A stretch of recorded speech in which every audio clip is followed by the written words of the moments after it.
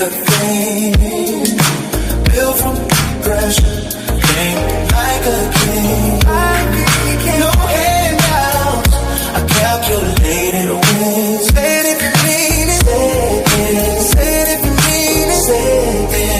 Say something only if you mean it. Only if you lived it or seen it. That's when I believe it. I'm not only conceited, I'm seasoned with frequent achievements to spit balls while you weak and reaching for anything convenient to try to measure what I succeeded. Rappers I defeated, deleted, removed from a calendar, but they can't redeem it. I dreamed it as something possible. Even when times was awful, I stay colossal. Think like a king, conquer everything remarkable. Think logical, never wanna hand out. I just stand out, cause I move calculated and it's planned out. Counting bands out, trying to get the bread out. Some niggas sit and wait, that's a fucking mistake. I ain't got time for waiting, I've waited enough. I tried giving up, but I'm living up to the expectations I'm setting up. Anything I put my mind to, I'm inclined to remind you the dope shit that I do. Say it, I don't fake a thing. Built from pressure, came like a king. No handouts, I calculated a win. Say it if you mean it. Say it, say it if you mean it. Say it. It's at the point where I ain't even trying to deny it. It's fact. Spoil my girl, she a brand. The name is Reyes, best trapper to rapper. I'm Michael Jackson, bad, and if bad is what you want, I can make it happen. Now it's back like a reference, you know. Yo, sir, I don't wanna kick it, all you do is smoke dope. There's so much talent on the block, but they be sniffing on coke. I still ain't really found my girl, so I'ma kick it at home. And hanging up on billionaires who wanna just let me know how dope I am. Fashion on Atlantic, I'm flying at any planet. Don't think about taking losses, my balance financial gain. If I ask 100 times, they want 101. I'm going to hang with Mary Jane, she take the breath from my lungs. I'm here for a good time, not a long time. It's a real small world. Everything could pause for a second and more. I take a second to give myself a toast. See, I don't fake a thing. Built from pressure, came like a king. No handouts, I calculated a win. Say it if you mean it. Say it if you mean it. Say it. See, I don't fake a thing. Built from pressure, came like a king. No handouts, I calculated a win. Say it if you mean it.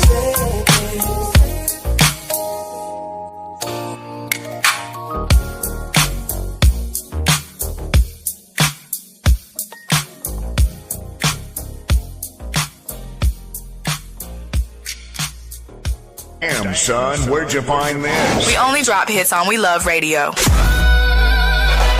You are now watching the MIDI Lab Show.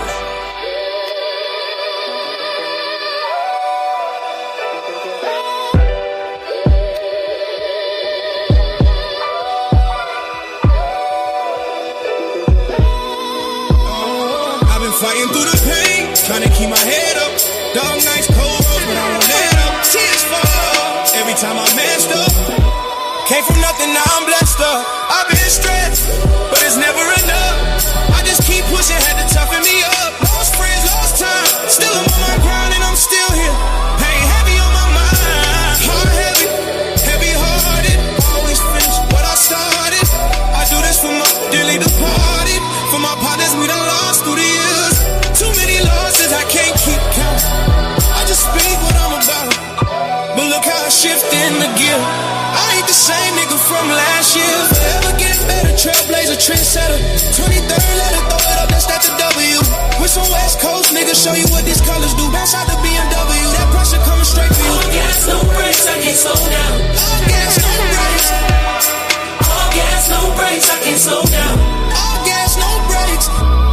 Pain made a king, I don't fall now. Had to move smarter, couldn't sit in that pain. Had to tighten my circle where everybody ain't gang. Seen love turn fake, had to charge it to the game. Now I peep every angle, I don't look at shit the same. I was down on my last, had to get it out the mud. Ain't nobody show love, I was really out of stuff. Now they see me coming up, now they see me coming up. Through the pain, trying to keep my head up.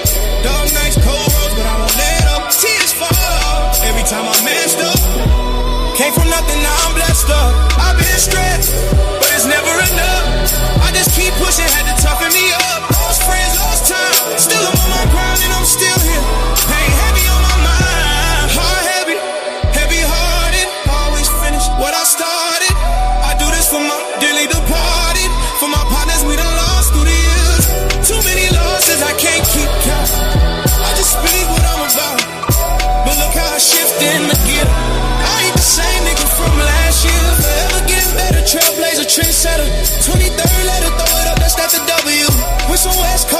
show you what these colors do. Bounce out the BMW, that pressure coming straight for you. All gas, no brakes, I can't slow down.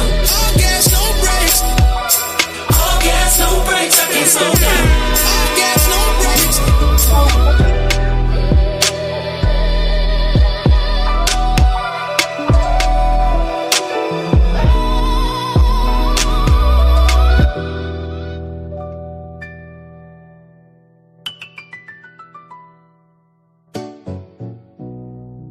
Welcome to the MIDI Lab Show. We only drop hits on We Love Radio.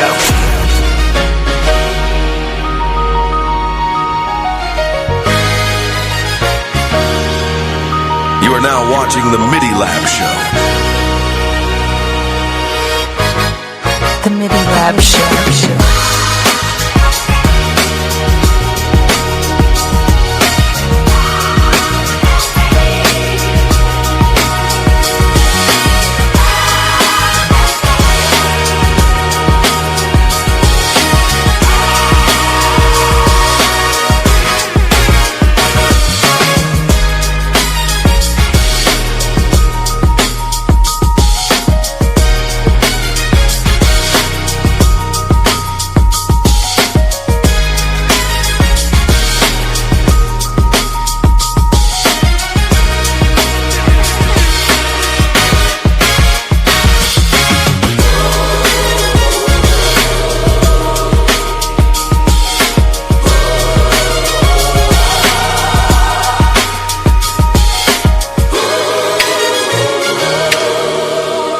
The MIDI Lab Show.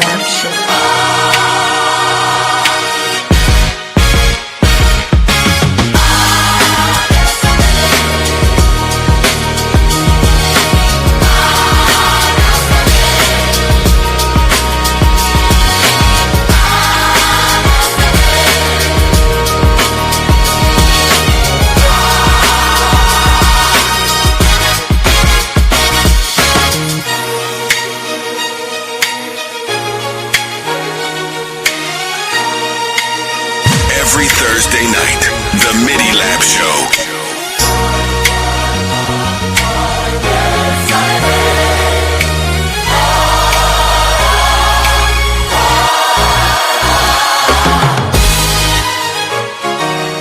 The MIDI Lab Show.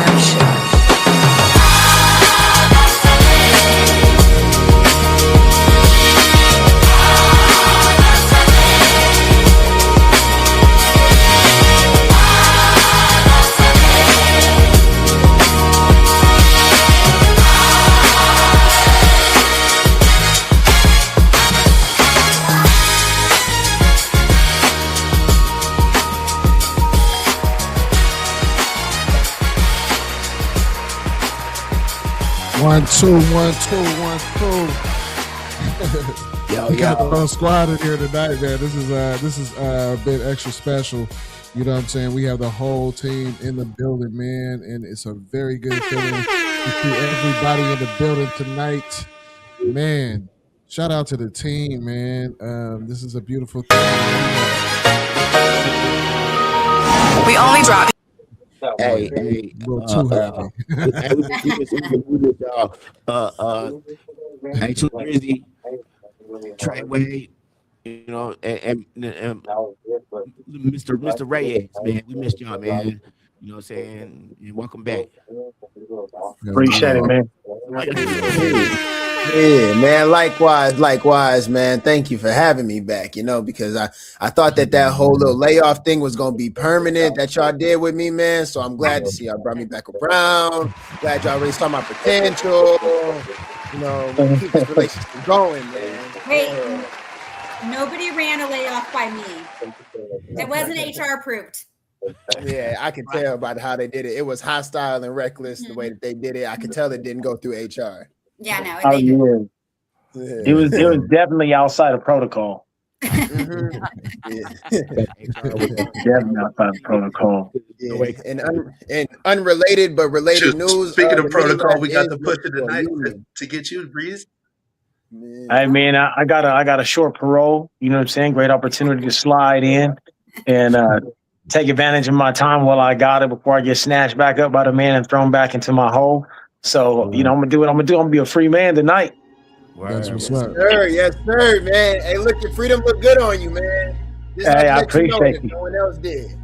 Yeah. Hey, good luck. You see how to get all incognito, right? How to come with the, you know, the lightweight. I'm on here though. I'm on here. Special ops, baby. That political shiesty. Yeah. It's great to have the fam all, you know what I'm saying, under one roof tonight, man. It's a beautiful thing. And I want to actually give a shout out to everybody that's watching, because you could be anywhere in the world tonight, but you right here with us on the MIDI Lab Show. You know what I'm saying? We do appreciate y'all. You guys are the co-hosts. So, you know what I'm saying? Tap into that chat. Yeah, so go ahead and hit us up in the chat, you know. So we got kind of we're a little bit more serious tonight. I mean, you know, we always have the moments where you know, we play certain clips and stuff like that, you know, funny memes, just to kind of keep everything in a good positive atmosphere. But tonight is a little bit different because it kind of hits close to home. So before we, and I just need a moment of everybody's attention, but before we get into tonight's conversation, I want to set the tone a bit. Now, when NWA released F the Police, it was more than just a controversial record. And it was young black men from Los Angeles expressing their pain, their anger, their frustration from their experiences with police brutality and how their community was being treated. And that song gave a voice to people who felt unheard, and it spoke to a deeper issue between law enforcement and the communities that they serve. But over the years, many of us have also learned that it's not all law enforcement, and there are officers who truly serve with honor, respect, and integrity. So at the same time, when someone abuses their position or fails to uphold the standard of the badge, they must be held accountable. And we all have hard days at work. All right. So we all deal with stress and pressure, but professionalism matters. And when you carry the title of protect and serve, the community expects patience, discipline, judgment, let's say accountability. Okay. And that brings us to tonight's conversation about Officer Bianca Camacho, formerly known as Officer Bianca Brown, and the young man Maurice Williams. Now, an incident that has reached national attention. It has deeply impacted the Fairfield community. So for many of us, this is personal, because most of us are from Fairfield, and some of us attended Fairfield High School, and some of our children attend the schools in the Fairfield Sassoon Unified School District. So this is not just another story in the news. This hits home. And tonight we want to have a real conversation about accountability, respect, community, parenting, values, and what we should expect from those trusted to protect and serve. And we invite everyone watching to join the conversation in the live chat. Share your thoughts, your perspective, and please keep it respectful. And with that said, let's go ahead and talk about it. How y'all feeling? All right. That was a great intro, L. I appreciate you, bro. Hey, just Felt like CNN, brother. Hey, just for background, man. Let's discuss the facts of the incident first before we start weighing in on perspectives and opinions, if you don't mind. So, yeah. So I do have a clip that I can play. You know, I have a couple of clips that I could play.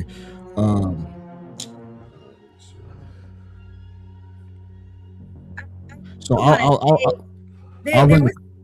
Go ahead. Sorry to interrupt. You know what's funny is that I saw a Facebook chat post from the police before I even saw the video. So the narrative to me was very distorted. So I want everyone, when we're watching the clips, to also keep an open mind, because you may have heard one side, or you know, you've gotten one angle of it. But I mean, we have to be open-minded to be able to be unbiased in our thoughts. So I wanted to lead with that as well, because if you're getting one narrative and you're not getting another, it could lead you to go down one path and not understand the full situation. I respect that. So I'm gonna run this clip, and then we can engage. Mm-hmm.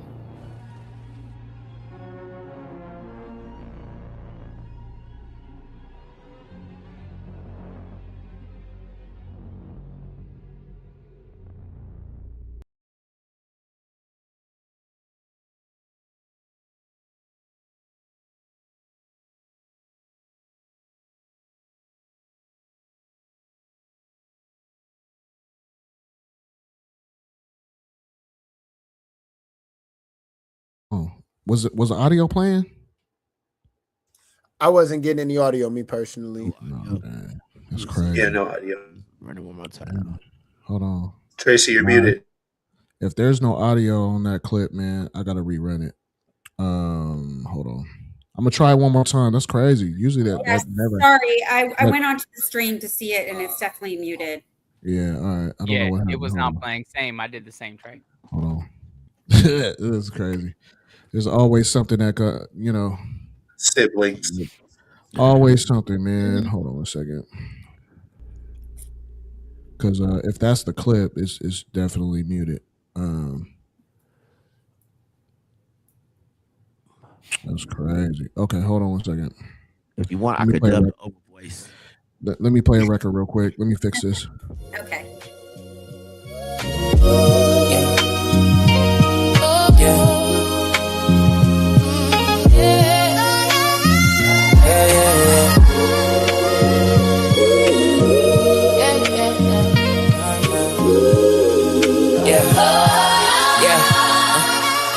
How should I start this? Used to be heavy-hearted, my flesh got me heartless. Got me feeling nauseous in a world where blacks are targets. Not just the police, but the dudes in my apartments. They could've easily resolved it, but the ego got us evil and it's retarded. And I pray regardless, ask God to grab my heart and guard it. Lost partners departed, the streets is bombarded with lost souls. Stick to the code, what I grip it explodes. So when I spit it's octane, gasoline flow. That'll tag your team like shells inserted in a magazine. These rappers ain't even half of me, cause even half of me is a machine. It'll take your faculty to match me. And actually call me majesty when you ask for me. You can have rap. I'm trying to pack a salary, make my kids proud of me. They bring the best out of me. Scream God first on every verse, cause what it's worth. I've been through worse, life is a gift and a curse. I'm trying to pack a salary, make my kids proud of me. They bring the best out of me. Scream God first on every verse, cause what it's worth. I've been through worse, life is a gift and a curse. So when I spit it burst in the worst way, my wordplay, doomsday, duck when the tools spray. Give me my credit, my work ethic, unexpected, especially when me and my dudes connected. It's collective, don't disrespect it, just respect it, embrace it or reject it. It's good either way is my perspective. Situations bother you only if you let it. Got a fetish for getting money, it's accepted for the record. Used to be reckless, then I got my mind together. I was living a death wish when the devil tested. I let God interject it, and I received the fruit I'm blessed with. Invested in the wrong kind, but that's expected. As long as I correct it, my method of perception, I'm persistent but aggressive.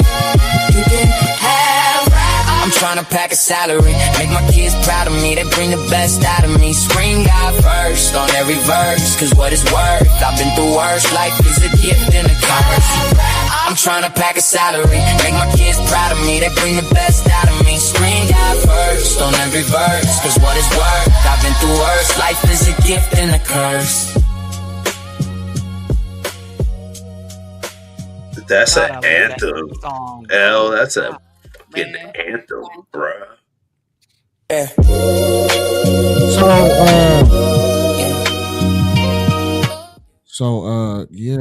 We got a problem. We got a problem. So what happened was, the two clips that I did drop that I actually edited, it didn't have audio attached to it. So the actual videos that I had grabbed them from, that's horrible. That never happens. Hold on. Hey, I'll do the audio. I have something that someone sent me. I don't know if that would. I could send it to you. I don't know if that would fly. No, it's not even that. It's not even that. Man, so let me ask y'all a question really quick, just based off of what I did see then. So this boy was in high school or something? Yes. Yeah, he's in high schooler. Yes. Wow. So we letting high schoolers get us out of our character and antagonize us like this. The reason why I led with what I led with earlier too is because I saw the Facebook post from the Fairfield PD, and when I read it, I was like, "Oh, something just got out of hand," And the narrative obviously was in their favor.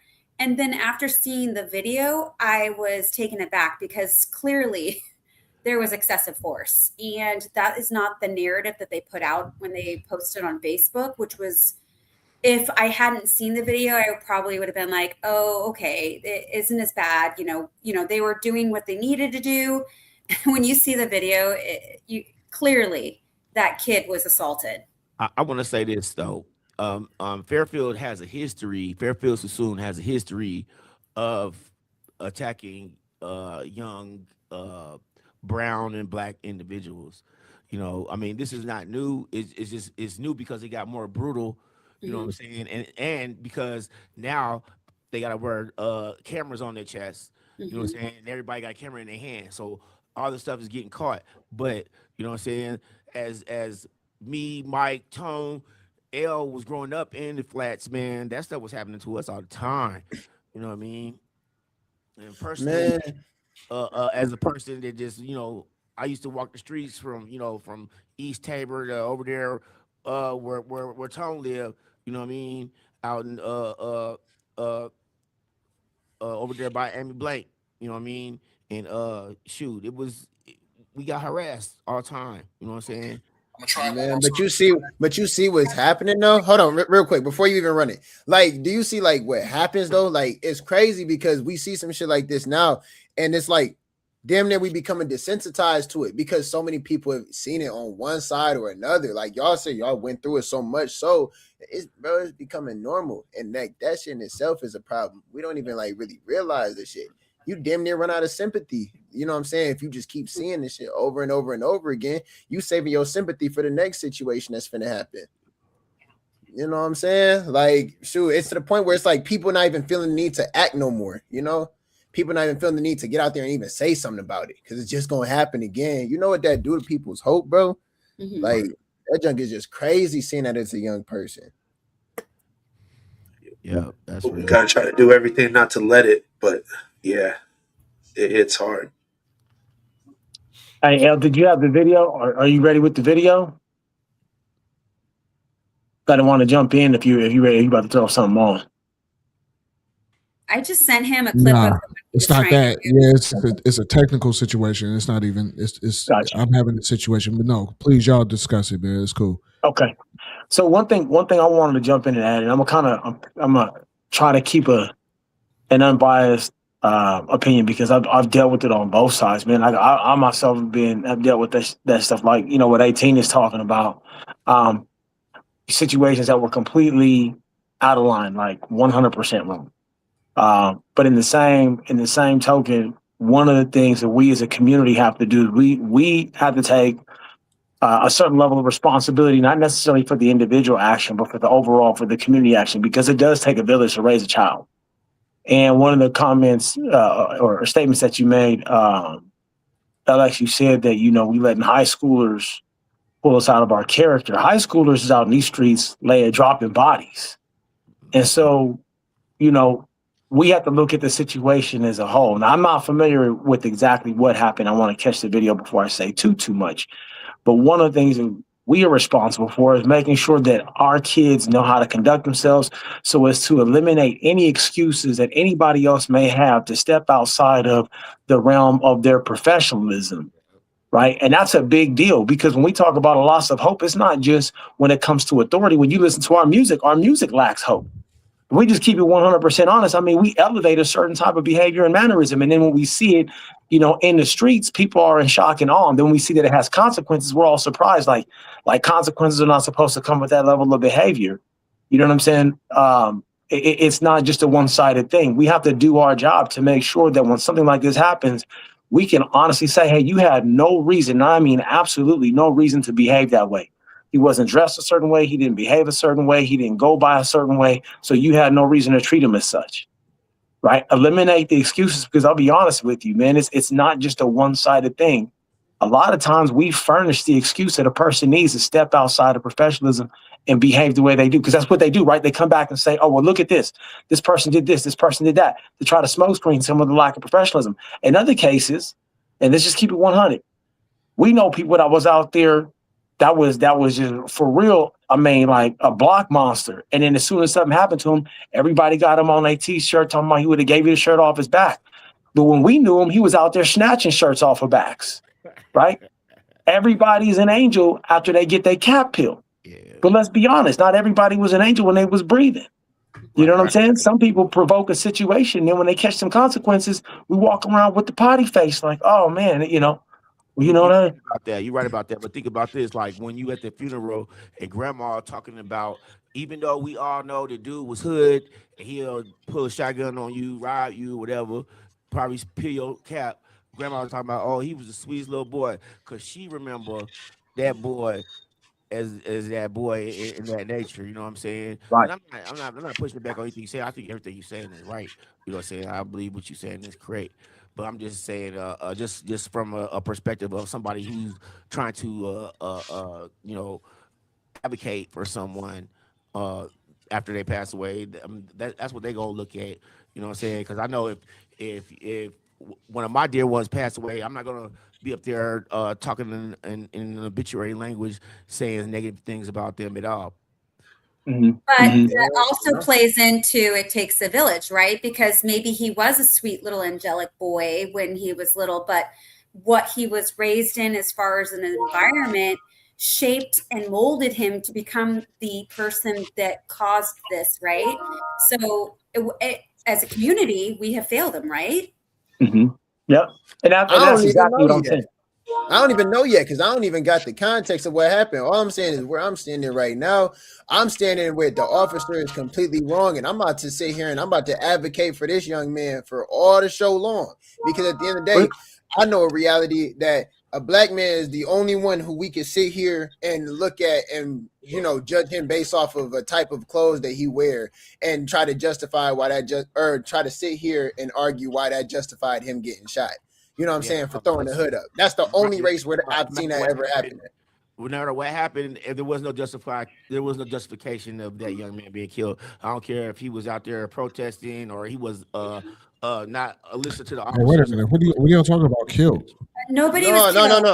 No, nobody was killed, but I'm talking about, see, look, because I'm connecting this now. I'm just telling y'all about what I've seen. You know what I'm saying? So even if I go back to a situation like Trayvon Martin, you know what I'm saying? I'm like, that's not happening to no other race or person. You know what I'm saying? Like, there is certain, like, I'm gonna be honest with y'all. I get it. Like, yeah, because of the fact that certain kids are born and you know what I'm saying, they have melanin and everything like that. They have to hold themselves to such a higher level of accountability. They have to make extra sure that they look good in, fitness society. I gotta interject something. You said that doesn't happen to any other race. That's incorrect. That it does happen to other races. It's just not put on television. Like nobody in this show can account for what happens in every neighborhood across the United States and making a statement like that, because factually speaking, when it comes down to numbers, the numbers are not going to support that statement. It happens to Hispanics. I mean, it does. It happens to other people that hang out in the same neighborhoods we do of a lighter pigment. It does happen, right? And so the thing goes back to the village thing. One, we don't want to make this a racial issue any more than what it may already be. Secondly, we go back to our roots, especially those of us that come out of the Bay. Our roots come from the Panther Party, who didn't just uplift Black folks. They were uplifting the community, which was more than just us. So we do have to keep in mind other people go through this. Native Americans go through this, right? So it happens to a lot of people. The responsibility that we have who want to prevent this from happening is controlling the things that we control, right? We can't be out there raising our kids to be thugs and niggas, and then when they catch what thugs and niggas catch, all of a sudden we want to talk about how great they were, and how they were victimized. We got to be better than that. Again, eliminating excuses. You said ninjas. Oh, Mike, I was muted, but that was two of them over here muting me or something. I don't know. Are we doing the slap or are we doing the punch? No, bring the punch, but I use that for educational purposes. I use it for educational purposes. Breezy took my spot. Mm-hmm, he did. HR's in the house. And that's all right. Somebody broke the code. I did that. Hey, you know what? We give him the old school one, the new school one. Yeah, the old school one. He's an honorary Jack. He did too. Honorary Jack. You muted. I got it twice. Yeah, I got lit. I got socked up. And that was for your next one. Mm-hmm. It's gonna happen. No, it ain't gonna happen again. You just put me in my place. I'm good now. I'm good. You ain't gotta tell me twice. Cold-blooded. Hey, wasn't we just talking about healing? No. At the end of you're still black. It's gonna happen again. All right. For the people that haven't, I'm almost there. I got one of the clips ready, and then I got to do the other one. Right on. Tracy, go ahead, explain that. I was going to say, to give a little background. Well, he's going to show a clip, but no, it's still loading. Okay, good. Well, okay, so to give a little background, apparently this officer has had multiple violations of being extremely forceful. So I think that is, I mean, yes, we should all be probably on our best behavior, but we're teenagers, right? I'm not saying me personally, but I'm saying at that age, I remember how hellish I was when I was a teenager. I didn't respect authority. So I get that part, but you're still a teenager and the force is not needed. There's no need for it. And when you see the clip, you're going to agree 100%. Well, I think we say the force is not needed as it pertains to this situation. Yes, for sure. There are. I mean, just because a person is a teenager doesn't mean that a certain level of force is not necessary. Again, we got teenagers out there dropping bodies doing grown men work. Yes, that is correct. I would say doing grown man work. I would say what she is saying is when you look at the circumstances of this situation. Excessive force definitely is what you the words you would use to describe this, because it was like she saw a fly, instead of using a fly swatter, she took a bazooka to the situation. You know what I'm saying? Right. Like that's probably the best way to quantify this, man. Yeah. You know and I got a lot of points that I do want to make throughout the course of this evening, but I will start with this one. Everybody wants to paint, not everybody. There's a side of people that want to paint this picture as, well, if he hadn't been doing blah, blah, blah, you know what I'm saying? This would not have happened she would not have reacted the way she did. Two things can be true at the same time. Somebody can be acting in a manner that is less than desirable for the situation, and somebody else can still react to that situation in the wrong capacity. Two wrongs do not make a right. They never equal a right. You know what I'm saying? So the fact that this young man was accused of doing whatever it was he was accused of doing is irrelevant to what she responded with. Right. You know what I'm saying? We can sit here all day and talk about, this young man. But we're going to separate the two situations.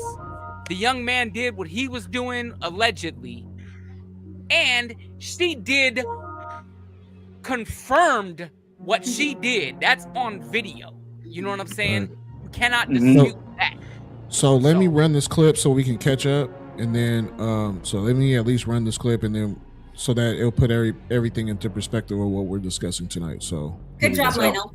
For sure. Yeah, thank you. The family of a teenager who was repeatedly hit by a police officer at Fairfield High School after allegedly acting aggressively toward police officers and resisting being handcuffed during a school fight has filed a legal claim against the city. It is the first step toward a lawsuit. Our crime reporter Henry Lee joins us live in studio after hearing from the teenager's attorneys and family. Henry? Claudine, 16-year-old Maurice Williams is an athlete at Fairfield High, but instead of focusing on sports, he says he's traumatized after being hit repeatedly by a police officer with videos of the incident replayed over and over. He and his family are now considering taking formal legal action. This is clearly excessive force, no question about it. These are civil rights violations, and they're going to be dealt with accordingly. Civil rights attorney John Burris has filed a legal claim, a precursor to a lawsuit against the city of Fairfield, accusing Officer Bianca Camacho of using excessive force, where she was seen on video repeatedly hitting 16-year-old Maurice Williams at Fairfield High School. This woman seems to have anger management problems that should be dealt with. At a news conference, Maurice was surrounded by his family and attorneys as they announced they've taken the first steps toward filing a federal civil rights lawsuit. Police have said Maurice was aggressive and resisted being handcuffed after officers responded to a fight on campus. But Burr says the officer, a former Vallejo officer who also goes by Bianca Brown, was the one who was aggressive. The attorney pointed to video from last year showing the same officer pulling an 18-year-old woman out of a car by her hair. Videos of both incidents have gone viral. If she comes around and there's any kind of disturbance, because she seems to lack the ability to de-escalate a situation. The Fairfield city attorney told me he could not comment on pending litigation. Police say the officer has since been reassigned after being seen on video using what they call distraction strikes. Maurice says he shielded his face as the officer hit him in the head and hands. Not really thinking, but I was thinking, like, why is she doing this? He says instead of focusing on football and track on campus, he's struggling to cope with the aftermath of what happened. I can't go outside without worrying about being seen and recognized or being harassed by the police. I'm in disbelief. My child had to endure something so horrific at such a young age.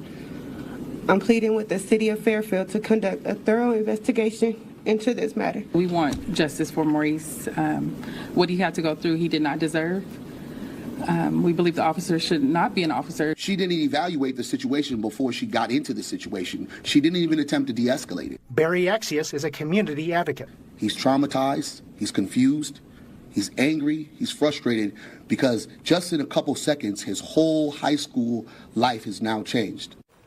Now, Maurice's family and attorneys say the officer should be fired from Fairfield Police as well as decertified so that she cannot be an officer anywhere else in the state. They also say she should face criminal charges. Live in studio, Henry Lee, KTVU, Fox 2 News. And Henry, I know you talked to this teenager extensively last week about really what happened, and certainly you asked if this was the next step then, and they had said stay tuned. But when you talked to that teenager, he ddid say that he did talk about being a little confused during that altercation and wondering why she reacted the way she did. Yeah, he's saying that he was getting mixed messages saying, you know, show me your hands, but he's protecting his face. So all this will have to be potentially litigated. All right. Henry Lee reporting live in studio. Thank you, Henry. The MIDI Lab Show.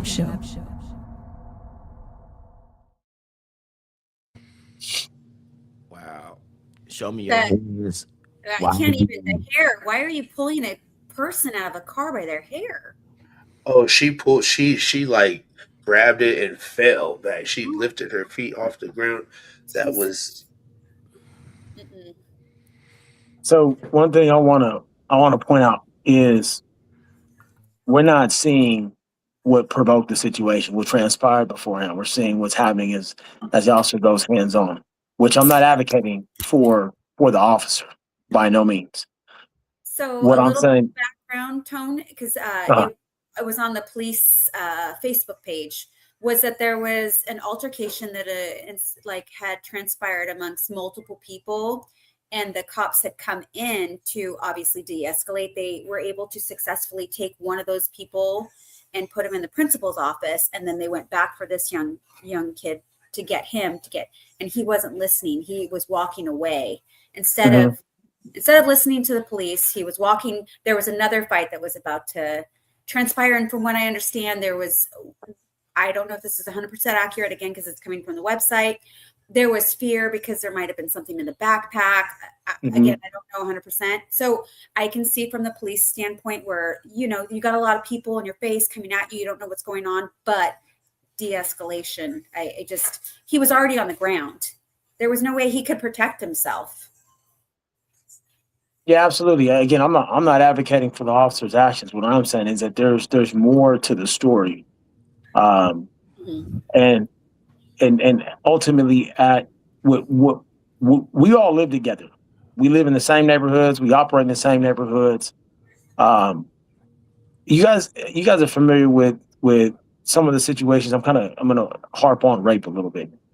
There are certain cases where you have individuals who they call rape or they call some type of inappropriate behavior when there was none, and it makes it harder for the individuals who've actually experienced some type of sexual assault or sexual trauma when they actually come forward. Like, they're the ones who really have to fight for those rights because there's people who abuse it.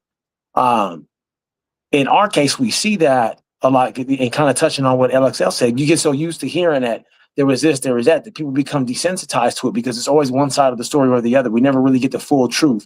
And today, because we're so much caught up in divisiveness, we don't get the full truth.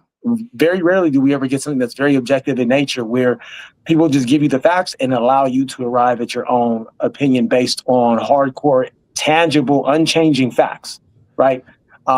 Things have this a slant or a spin depending on how, whose favor they want to gain and what type of story they want to put out there. At the same time, though, man, with that being said, with this particular situation, you know what I'm saying, the young man was already subdued. Was it very necessary for her to continue to punch him? Well, to distract? Oh, no. I mean, so I'm going to say, I would say no if it were somebody of my build and ability, because you wouldn't need that. You would have the ability to utilize other resources. Sometimes they say verbal judo, but again, I don't know what she tried before that happened. What I'm saying is that officers there to back her up too. So like, you know what I'm saying? For her to use that type of excessive force on a young kid, it sounds like to me it's a little extreme, man. You know what I mean? Like, yeah. You know what I mean? Dude was already on the ground, subdued, and allegedly there is video out there where she says she literally was punching him in the face. So, there's multiple videos, Mikey. Mike. Okay, so let me say, for anybody who is not aware, of what transpired like literally seconds before, the officer who had this young man, it looked like he might have been in control enough of the situation. I wasn't there. I don't know, bro.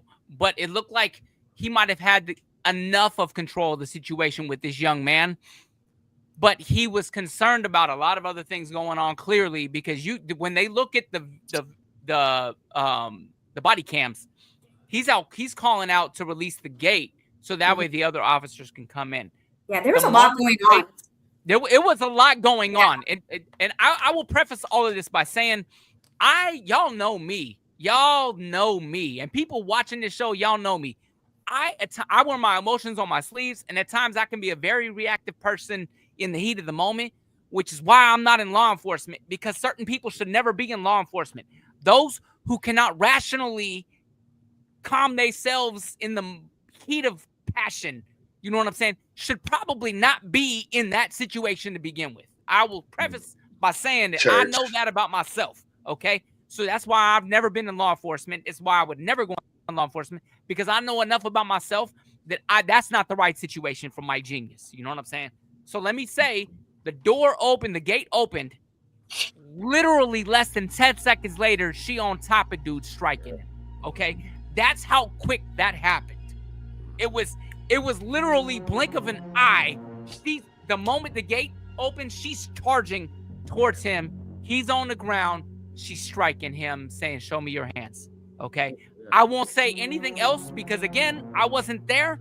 All I know is, from what I seen on student footage and from the body cam footage, gate opens, less than 10 seconds later, she's already on top of him, punching on him.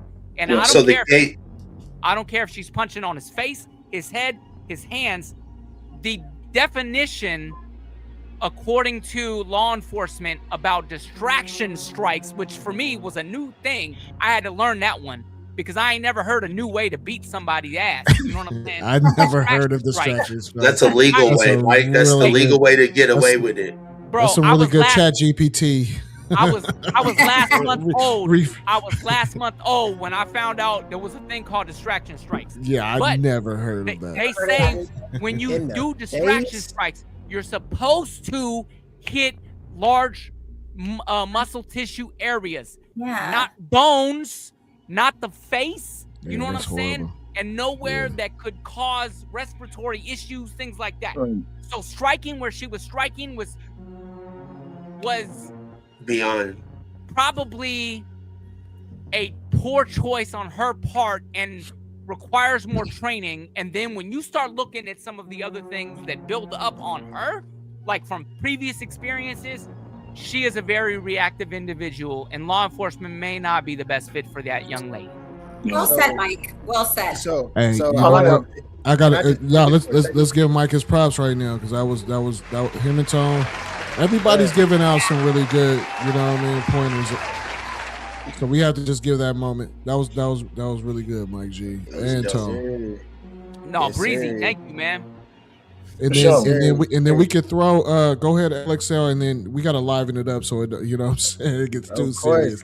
So after you get I want to add something that they kind of highlighted in the newsreel, because it already seems like there would have been probably a narrow spectrum of actions that the young man could have took to have warranted what the officer did. So with that being said, they said that two things that could possibly happen. They're looking into seeing, is this situation worth her losing her job, and is this situation worth her facing like criminal prosecution and stuff like that. I want to see what y'all thought about that. Do y'all think she should lose her job? Do y'all think she should be criminally charged for this? Like, how deep do y'all think this is? Well, it's not her first time. I mean, it would be one thing if it was a first offense, but she has a history of this. She needs to walk the plank. Hey, let me add the second side of my argument right quick, because I don't want to make it seem like, you know, I harp on one side and I don't really share my opinions on the other. So first and foremost, when I talk about us raising our kids to eliminate the excuse, it's to highlight the lack of professionalism on the other side, because that's really that's really where the issue is. You're paying somebody, right, to enforce the law. You're paying somebody because they're professionally capable of making life and death decisions, because they represent the law of the land. That uniform, that badge represents the law of the land. They're being paid. They're being paid for the risk they take every day, right? Whether they feel like they're being paid enough or not, you choose that position, you choose the risk, you choose everything that comes with it. It is a choice, right? You are a trained professional, and even though there's a lot we expect of these trained professionals, you're still a trained professional. So the other side of the coin is, when we eliminate one side of the excuse, it highlights the other one, right? In some cases, some people really deserve that. Some people really deserve that a good beatdown. They really ask for it and they get what they deserve wholesale. And in other cases, because of those individuals, the ones who don't get it end up catching the bleed over, and then it masks the lack of professionalism in the uniform. Facts, right? So now we flip the script and we look at somebody who has a history of doing these things. Now, if it's excessive force, meaning it's unprofessional and unnecessary, absolutely you catch charges, right? You're doing this under the color of authority. That comes with extra scrutiny. If you don't like it, you take the uniform off. You go home, you get yourself another job. You do something else. You can make a lot more money doing things that are a lot less risky. If that's your complaint, then find another avenue to feed your family, right? Point blank, period. You have to understand you are going to deal with different backgrounds, different cultures, different way of communicating. That's your choice because you put on that uniform. If this person has a history of doing that, retraining, in my opinion, can only go so far. There's a certain point in time you're like, hey, man, the training the first time should have conveyed the point. But the second time we sat down and had a conversation with you, at that point, you were already at the border of losing your job and possibly your freedom. After that, it's no longer a training issue. Right. After that, we have to look at what the fact that you don't belong here. Right. And one of the things that comes, even serving in the military, right? Within the military, there's a lot of trauma. There are a lot of experiences that sometimes lead people to abusing things like prescription drugs, using illegal narcotics, or even alcohol abuse. And they tell you, if you self-identify, you'll get help. Period. They're going to help you.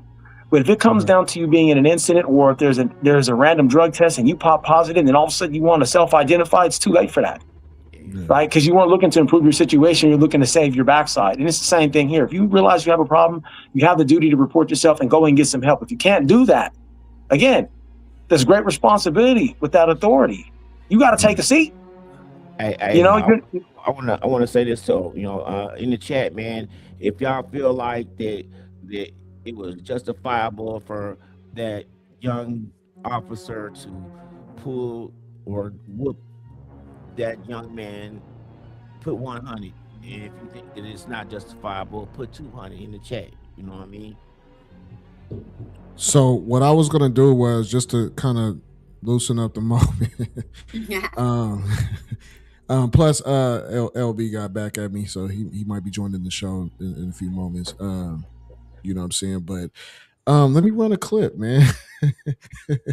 Because we That's we two hella 200s. we hella serious, bruh. Hey, And we- before you do that, man, I'm seeing some back and forth on good cops, bad cops. I see some people tapping in, and hey, there we go. I do kind of like that too, though. The 300. I do agree. I do feel like if you know enough of the story, you might feel like neither of them put themselves in a desirable situation. You know what I'm saying? 100%. But I was gonna say, I know current and retired officers of the law that are awesome fucking people, and they were great officers when I knew them serving in their position. So I cannot get down with the fact that all cops, that there's no such thing as good cops. I knew some really, really solid cops that really did me a lot of favors that I probably did not deserve when I was younger. They were looking out for a young man because they saw some potential in your boy Mike Genius, and I appreciate them. You know what I'm saying? And they would even, some of them might have even had conversations with my parents about me to help make sure, because they part of the community. That's that whole takes a village thing. You know what I'm saying? So there were people out there that had my back, man, that I don't know, for whatever reason, they have my back, and I appreciate them to this day. You know what I'm saying? Yeah. Same here. Well said, Mike Genius. And I just want to same here. Yeah, and I think we should carry on. I just want to just break the monotony a little bit. Let's go, because we're the MIDI Lab Show, and we are Star Wars fans over here. So I wanted to run a Star Wars clip. You know what I'm saying? Mandalorian's out. I ain't seen it yet, but you know what I'm saying. But this is just gotta watch that. Mike was a day one. I got a baby Grogu little bobblehead from the Giants game. See, that's what I'm saying. Tracy.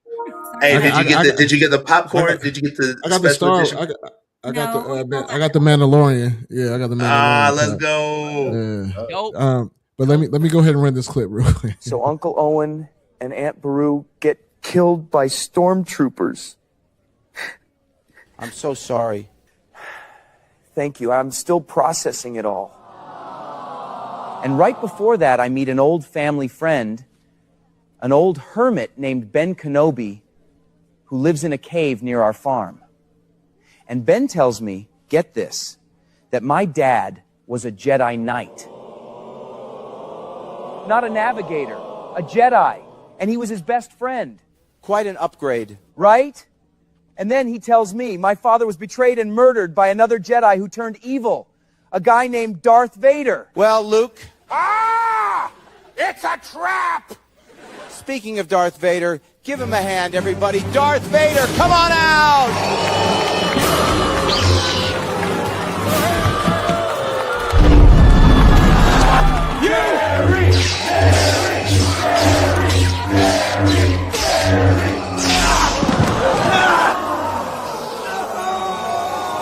Obi-Wan never told you what really happened to your father. No. Obi-Wan told me you killed him. Jerry, let the truth be heard now. In the case of Luke Skywalker, Darth Vader, you are the father! That's not true! That's impossible! Luke, search your feelings. You know it to be true. No! Join me, and together we can rule the galaxy as father and son. I'll never join you! So, Vader, not sure cutting your son's hand off was the best move to win him over. He'll be just fine. I find your lack of faith disturbing. Thank you for tuning in. Till next time, take care of yourself and each other. The MIDI Lab Show. That was fucking awesome. Fire, dog. That was awesome. Where the heck? They should have shown him in the back running. That's the only thing is missing is him breaking down backstage. No, that was fire. I'm gonna be laughing all night. That was awesome. I think that beats the kitty cat for me for a minute. Nothing beats the cat. The cat. Yeah. I gotta see it. I gotta see it. What the f is this?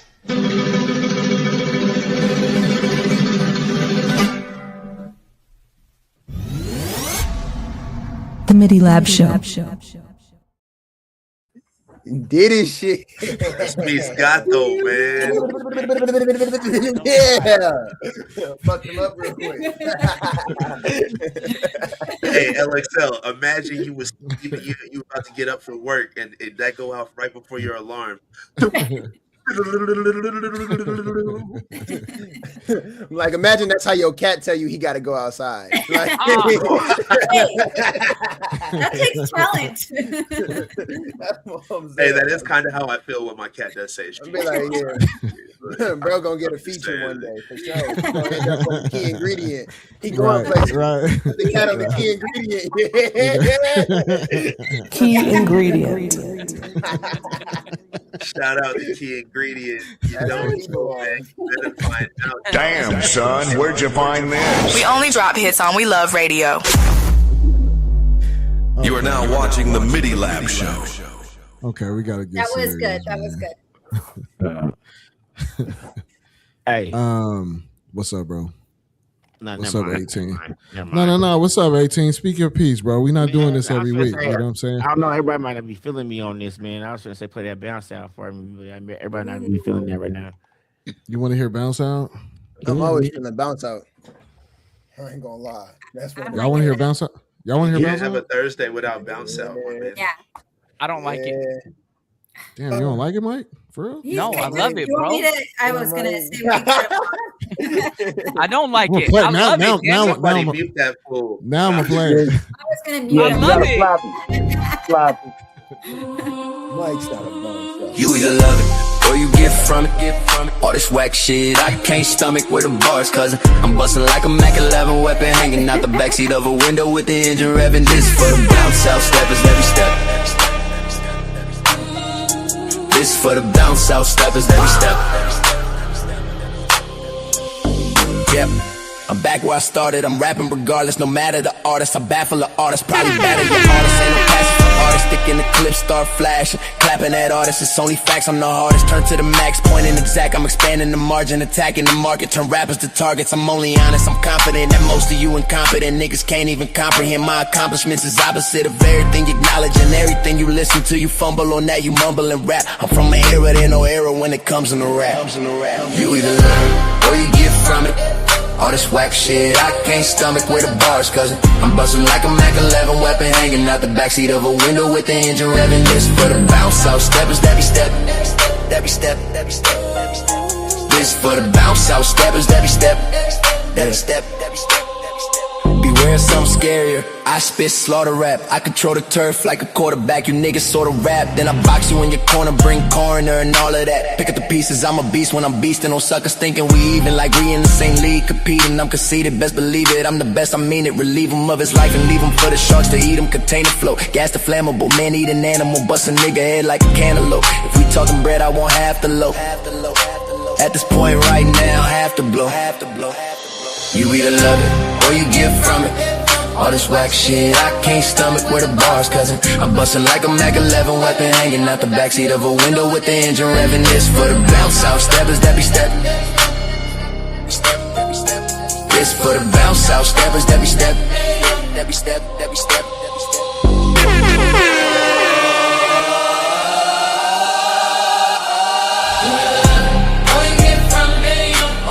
Shit, I can't stomach with the boss, cause I'm bustin' like a Mac 11 weapon hanging out the backseat of a window with the engine revving. This for the bounce out steppers, every step,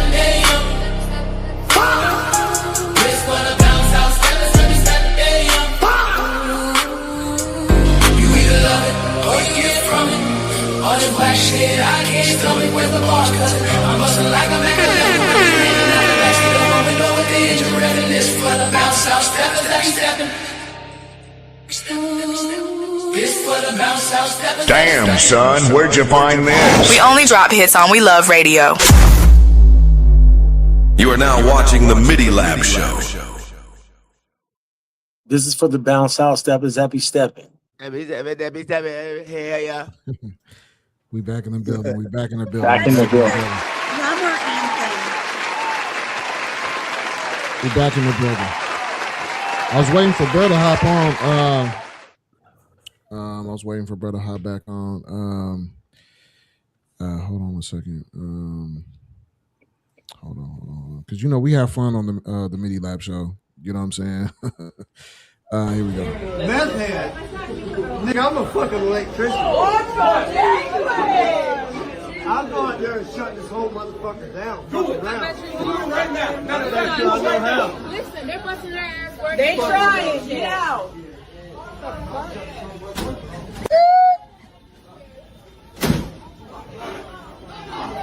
I got it on tape.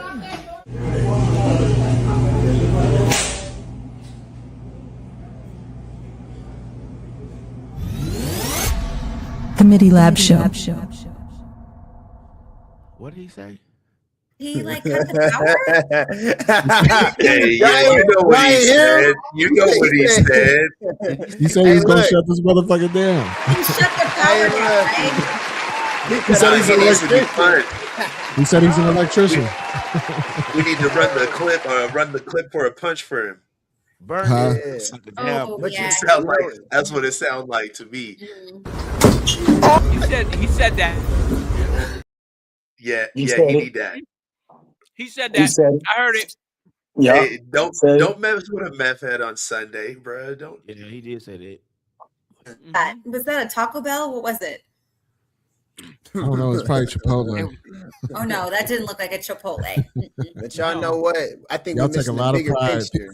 Folks take a lot of pride in Chipotle. I do. Hey, I'll eat Chipotle at least once or twice a week. Oh, They won't put me in the bathroom for a half hour like Taco Bell. That's for real. Hey, so we got our brother. We got our brother LB in the building. Yeah, we got our brother LB in the building, man. He you know what I'm saying? Sir, welcome. Y'all can hear me? Yeah. Yeah, we hear you.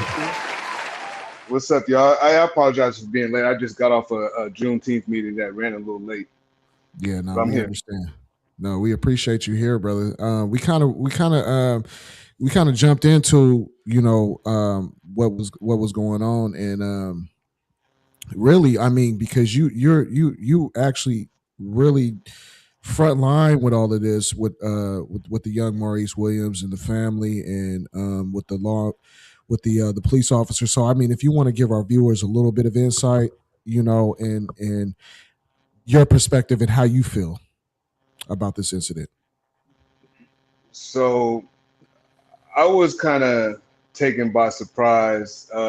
It was kind of like a shock and awe moment for me. I woke up one morning, I want to say the Thursday after, it happened on a Wednesday. Thursday morning, I'm getting ready for work. And I seen an inbox message from the mother of Maurice, but and it was a video. And so I look at the video and I kind of didn't really think of anything of it, but other than, man, whose kid was that? Yeah. And she replied, "It's my son." And it just took me. It shocked me. I was totally blindsided by it. I mean, she didn't prepare me. It was no context. I just looked at the video and I was kind of like, "Damn, man, whose kid is that? That's a police officer just beat up, basically." Yeah. And when she told me it was her son, man, it kind of just my heart dropped, and it became personal immediately. You know what I'm saying? And I said, I kept thinking to myself, I was pacing that morning. I kept looking at the video over and over. I looked at it probably about 10 times. I'm trying to look for something that justified what I seen at the end. And the more I looked at it, I couldn't find anything. And so I said, man, I just thought to myself, man, that could have been my son. And I was like, wait a minute. Man, that is my son. You know what I'm saying? And so from then on, I just stepped up to the family and I just said, hey, man, what can I do for y'all? And next thing you know, my boy Barry, I'm not sure how he got involved. He's a community activist out in Sacramento. I met him probably about 4 or 5 years ago. Yeah. And when I seen he was on it, I said I know it was full court press. So I just had to lend my hand and to lend my platform because I had an incident that happened with my daughter in January 2015. Didn't involve the police, but it involved brutal violence against my daughter. To where some students were expelled from Solano College. But the thing about it is the police wasn't going to press charges. So what I had to do is, because I found out it was all girls that did this to my daughter. When I found out it was all girls and they were my daughter's age, what am I going to do to girls? You know what I'm saying? So I said, okay, I'm gonna go on the media, social media, and I'm gonna start blasting everybody out who was involved. And I just blasted them. Next thing you know, it brought national attention to the incident. This was Solano County basketball players had jumped my daughter from the girls basketball player team, and they had 2 parents with them at Allenwood Park. Allenwood, wow. Yeah. This was in 2015, and so it brought national attention. And so when I was talking to the family, I said, hey, we need to blast this as much as possible on social media so we can let everybody know. I said, do I have your permission to do my thing? And I just went to town sharing every single day, and finally it got enough coverage that they got the attention of the law office of John Burris out in Oakland. And now it's on cracking. It's full court press now. So right now, our next move, we've had 2 city council meetings that we've been to, letting our voice be heard. Now our next move is to show up at the school board on the June 9th, which is next Tuesday. Next Tuesday at 5 o'clock. Okay. Yeah, that's the next move. And so this is just the beginning for us. This is something that we're not going to let go. This is something that we're going to keep pressuring the firing and the decertification of Bianca Camacho Brown, whatever you want to call her. Right. This is just something that I just can't, man. And that young Maurice, I don't know if y'all know him, man. The dude he's an honor roll student. He's a sophomore that is a starting quarterback on varsity. And if anybody knows anything about sports, that's not something that's easy to do. Absolutely. I don't know any thugs that's on the honor roll or that's a starting quarterback as a sophomore. You know what I'm saying? Right. So he's a good kid. He comes from a good family. Ain't never been in trouble a day in his life. There's lots of rumors saying he was in a fight. He was never in a fight. He never hit a staff. He never hit a police officer. All those rumors are false. The only thing he did that was wrong, in my opinion, was he should have listened to the police when they said stop. Despite that, he didn't listen to police, but that did not garner with the type of violence that he received. Just because police are used to encountering individuals that don't listen to them. That does not result in them being slammed, being struck in the face, and all of a sudden now you come in with this distraction strikes method, and then getting pulled by the hair like a dog. You know what I'm saying?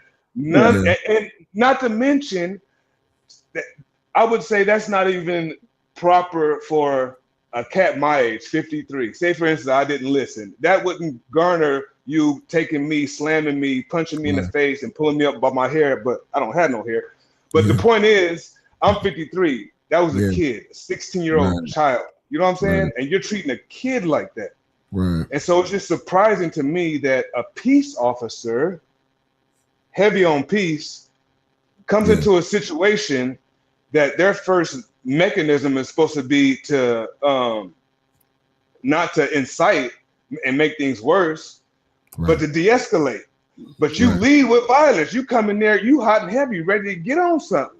Yeah. And then they'll come to find out you got a history of doing this. So this is not your first time that you've treated somebody like this. So that's just a brief, short history on how I kind of got involved with this. My opinion on it is it was totally wrong.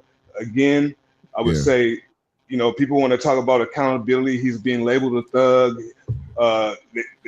People have said he had weapons in his backpack, a screwdriver or something like that. That's false. Yeah.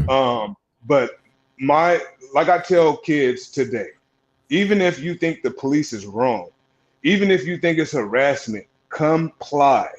Because if you think they're wrong, go to the courtroom and try to fight it. Don't try to fight it in the streets because it's always going to end up bad. 10 times out of 10 times it's going to turn out bad. And sometimes it even leads to fatalities. Yeah. So yes, he was wrong for running from the police. He was confused. He didn't know what was going on. There was a fight going on. He was not the one involved with the fight. He had a verbal confrontation with an individual. He did not have anything physical going on. The only thing physical he had going on with anybody was when the officer grabbed him, slammed him, put him to the ground, hit him in the face, and y'all seen the that video. was the thing. You know, I just want to throw in there, like Mike Genius and I earlier, we were saying, like, we've never in our 48 years of life, we've never heard of a distraction strike. Never. I've been on both sides of the law, and I know it's written in there somewhere, but I've never been a victim or what do you want to say? I've never been a target of distraction strike. I've been slammed on a couple of hoods in my time. But I've never been slammed on the ground. I've never, I was a criminal. And I've never, what I seen that happened to Maurice as a criminal, that I hated police. I broke the law every day. That's just my way of life at one point of time, from 13 to about 20 years old. You know what I'm saying? Even throughout all the resisting arrest, the running from police, fuck the police and all that, never been treated like that young man was treated that Wednesday, ever. Well, also, I just feel like everybody's losing sight that he's a teenager. Like, we did stupid shit when we were teenagers, but it doesn't warrant how he was treated. That should have shaped their mind to say, he's a teen. He's not listening. They don't listen to parents. Why? You know what I'm saying? There was so much going on at that time. I don't think I would have listened. It was so much chaos. And he was actually trying to call his dad. And to use that kind of force on a teenager is out of line. Out of line. And to your point about the confusion, he was so confused that he was trying to call his dad, saying, "Hey, Dad, what do I do?"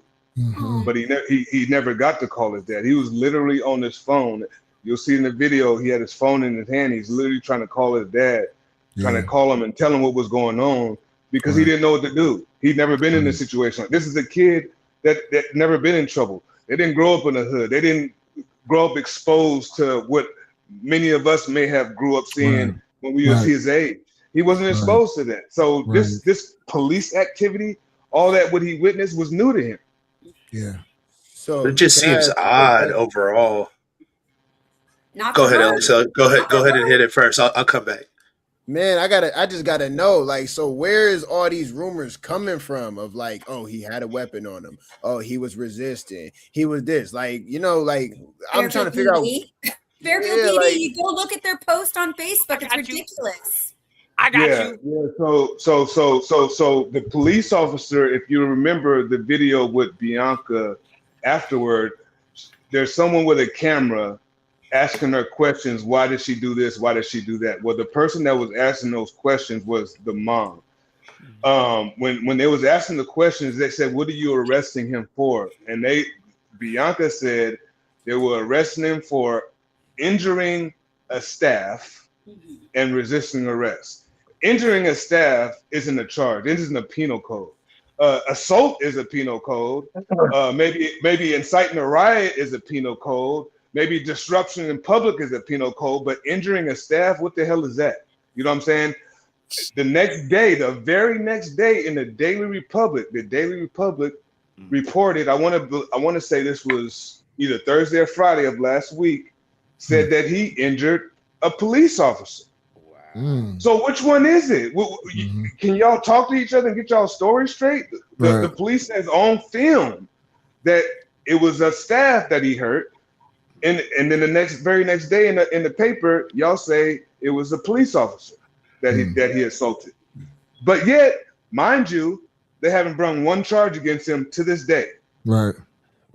So how many? Come on now, he gonna assault a police officer or assault a staff and gets no charges for it? So they just gave him a pass? Well, you right about there's no law to articulate about somebody harassing or assaulting. Yeah, it's either assault and battery or it isn't. There is an articulate law for assaulting an officer, but assault on a peace officer. Yeah, he assaulted officer. He got assaulted. In my opinion, from what I seen, my First Amendment right is my opinion that I seen that it didn't look like that to me. It looked like that he was approached and attacked and pushed to the ground because they assumed that he was the guilty party. That's exactly facts. That's the story right there. The narrative was that he was going on to start another fight and that he had weapons in his bag. That's a narrative that they're trying to show. False. Which is false. Totally false. It seems like they're just trying to pick. Oh, we lost Jag. Well, we lost him. He'll be back in a second. That's okay though, because talking about narratives, I was gonna say there's another false narrative I saw floating around from all these dumbass keyboard warriors. You know what I'm saying? That the parents should do a better job.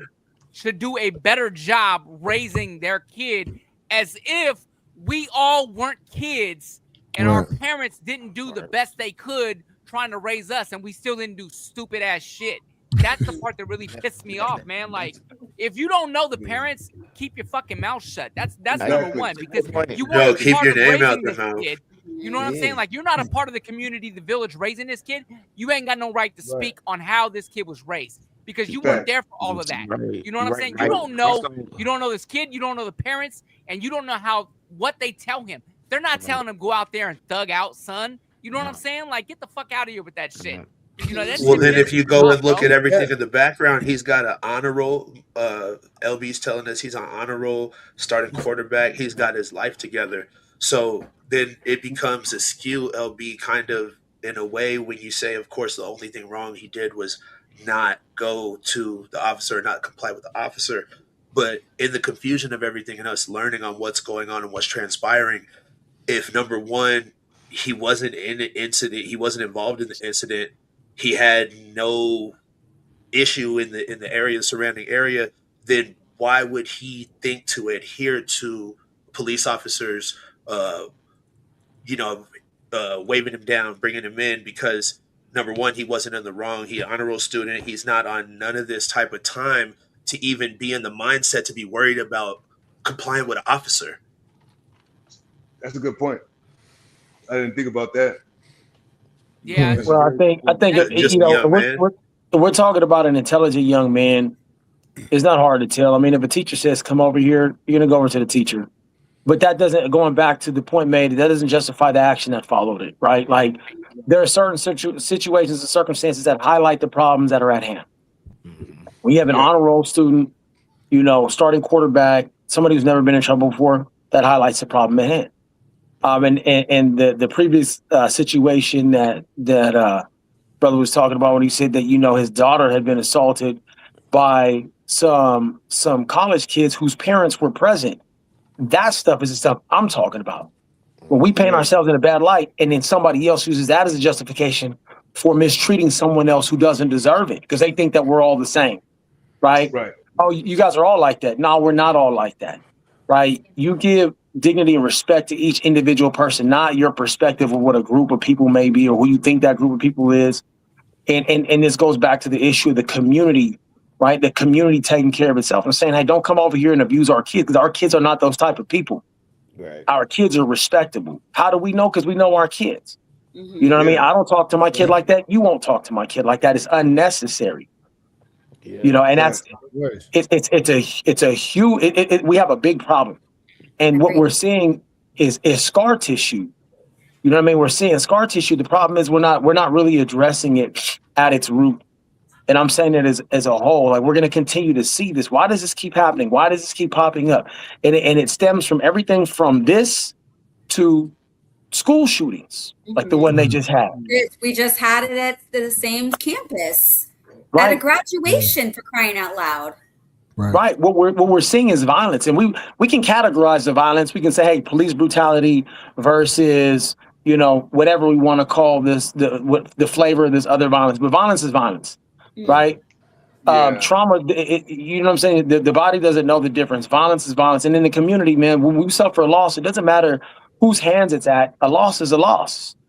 And so how do we heal the community and bring us together? We need to come together as a community. Right. So I'm on one about like this, like right. Like, you know what I'm saying there's all these stereotypes about. Who's that talking? I'm 18 rabbit. You know what I'm saying? So there's already all these stereotypes about and I'm not trying to get racial, but black people committing all these crimes, right? And then 50% of the black people are exonerated, you know what I'm saying, of the crime because they didn't commit the crime. But also there's also a big percentage of black people who go to jail for crimes they didn't do. You know what I'm saying?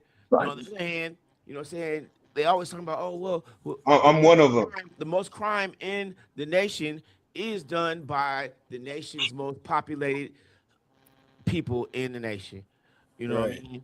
And so for them to say this little 13% sliver of people are doing all this and that, it's just a narrative, a dog whistle to say that we just bad people just because our skin is darker. Of course. Yes. And another key thing I want to put out there for y'all that is, I believe, is instrumental in how things went bad that day is that the resource officer that was normally on shift or that was his school was on vacation when this happened. Okay, so I want y'all to think of this though, right? A resource officer has been there with the kids all year. He knows the kids by first name. They know the officer. Hey, Officer Dan, or whatever you want to call them. They're on a first name basis. So he's built a relationship with these kids. So you know when you was a kid and you had a substitute teacher come in, your behavior might be a little different than if the regular teacher was there. So imagine you have a officer there that's standing in for the normal resource officer. He don't know none of these kids by their first name. To them, they're just kids. So when something like this happens and he's saying, come here, I'm not listening to you. Who are you? I know you got that uniform on. I know you got that badge on, but who is you? What you mean, come here? Come here for what? What did I do? You know what I'm saying? And I'm just thinking from the mindset of a 16-year-old kid. Yeah, that was the angle. Telling me to come here, and I don't even know who you are. And you talking about come here, acting like I did something, and I know I didn't do nothing. Right. So imagine, and then on top of that, for you to call for backup, to have this rogue ass officer come in there like she's coming into a battle battle scene. There you go. Boy, she entered like Spartacus. No, I'm saying prison right. That's how they treated it. Oh, come on, let that play. Yes. And so that's just an added piece that I had that a lot of people don't know about, that I had to add in to the element so you could really kind of wrap your head around the whole picture, the mindset this kid was in, that he's not dealing with an officer that he's used to seeing 5 days a week. Right. He's dealing with some strange officer that just has a badge on, and you think I'm supposed to trust you just because you say come here, and I'm wondering why you asking me to come here, and I didn't do nothing. That dude was fighting. Why you ain't telling him to come here? Yeah. Right. A good way to show a different point of view. We're so far back from it. And see, that's the thing is that I felt it was important to have LB on here. You know what I'm saying? Because he's on the front line, so he could give us perspective on, you know what I mean, on what's really happening on the front line. So, you know, Larry, I appreciate you hopping on with us. You know what I'm saying? And taking a moment out of your evening. You know what I'm saying? And talking with us. You know, I really appreciate it. Like El would say, you could be anywhere else, but you hear it. Yeah, it was important to me when you reached out to me, man. I really was eager to be here, even though I had a meeting that was in conflict. Right. And the reason why is because I wanted to come and kind of diffuse the rumors, diffuse all the false narratives that were being created and built behind the situation. Right. And then being so overwhelmed and full with this situation with Maurice, and then we have this the stuff that happened with the young man that passed away yesterday is just overwhelming. You know what I'm saying? Right. Just overwhelming. So I won't speak too much about that because it's a lot of information about that out. But just rest in peace, Mario, man. That's all I got to say for now about that situation. God bless his family. For sure. Family, definitely. One thing about that I want to say, this is the only thing I'm gonna say about it. And y'all have been living in Fairfield for a long time, been around Fairfield High. Yeah. Tell me one time you've seen people at Fairfield High without a police, at least one police there. There's always police. They did not have. There wasn't any police assigned to Fairfield High's graduation yesterday. Not one. Wow. This sounds like a setup. The only time the police was there when 911 was called. I'm just letting y'all know that that's a fact. There was always a police, like just always. I mean, just being Don't matter what was going on. If somebody was Army on the always campus, had somebody. Yeah. And I went to both high schools. So just put that. I'm putting that out there. Do what you will with it. But to me, so these cases aren't related, right? No. I seen Catherine Moy made a statement, and if you listen to what she said, this is why it's important for us to have police on our campuses. Right. Now, I know her personally. Yeah. I've been in the chambers and watched her nasty ass, funky, stank ass attitude. She used to be a friend of mine. We aren't friends no more. So you and the mayor are not seeing eye to eye right now. Oh fuck no. No. Okay. No. There's a lot of people in our city that's not seeing eye to eye with her right now. Let me just clarify. Oh no. Oh yeah, she's a lot. She lied to me. So I called her before the first meeting at the city council because I'm on here trying to defend her. Like, this girl came to bat for my daughter. This is my folks. I don't know what she got going on politically. Keep that out there because I don't follow her politics. I know who she is as a person. She stood up for me and my family, and I'm going to ride for her. But I hit her up, and I said, I'm on my way to the city council. I'm going to see you in a minute. But I can't defend. What am I defending? Like, people are saying you haven't said nothing to the family. They're saying you're not showing up to the city council meeting. Tell me what's going on. Oh no, I reached out to the mom. She has a stepmom, and he has a stepmom and a mom, right? And I said, yeah, I reached out to her. I talked to the mom, this, that, and other. I said, oh, okay, that makes me feel a lot better, right? Yeah, I'm on the phone talking to woo. I said, okay, see you tonight. I hope everything goes well. Blase. So we getting there, people talking, very emotional. There's some yelling going on. There's a lot of frustration. Emotions are at the heat. So the dad gets up there, and I'm sitting in the back. I'm chilling with Rudy Gonzalez. Shout out to Rudy. Yeah, shout out to Rude Boy. We in the back chilling, and as the father gets up there, the first thing he says is, Mayor Moy, I just got one question. Why haven't we heard from you? And I kind of looked like a confused dog, like, huh? Right. And then Rudy was like, what's up? What happened? I said, wait, hold on. So then she kept talking, and she said, yeah, I reached out. He said, who'd you reach out to? He said, I reached out to the mom. She said, how? She said, I emailed her.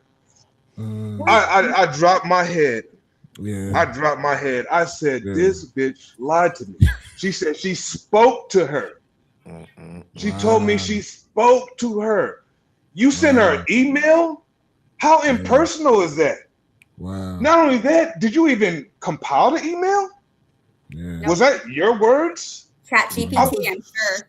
I was so disappointed That night we left the city council meeting, I went straight to my Facebook page. I said, you know what, y'all, I'm so sorry. Tagged her in it. I said, but Catherine lied to me. And I was defending someone that I no longer know anymore. So she replies back, oh, don't turn on me. I had your back when everybody said this, that, and other. Man, I'm not trying to hear that shit. I don't. I'm not fucking with you no more. You're not for my people. Right is right, wrong is wrong.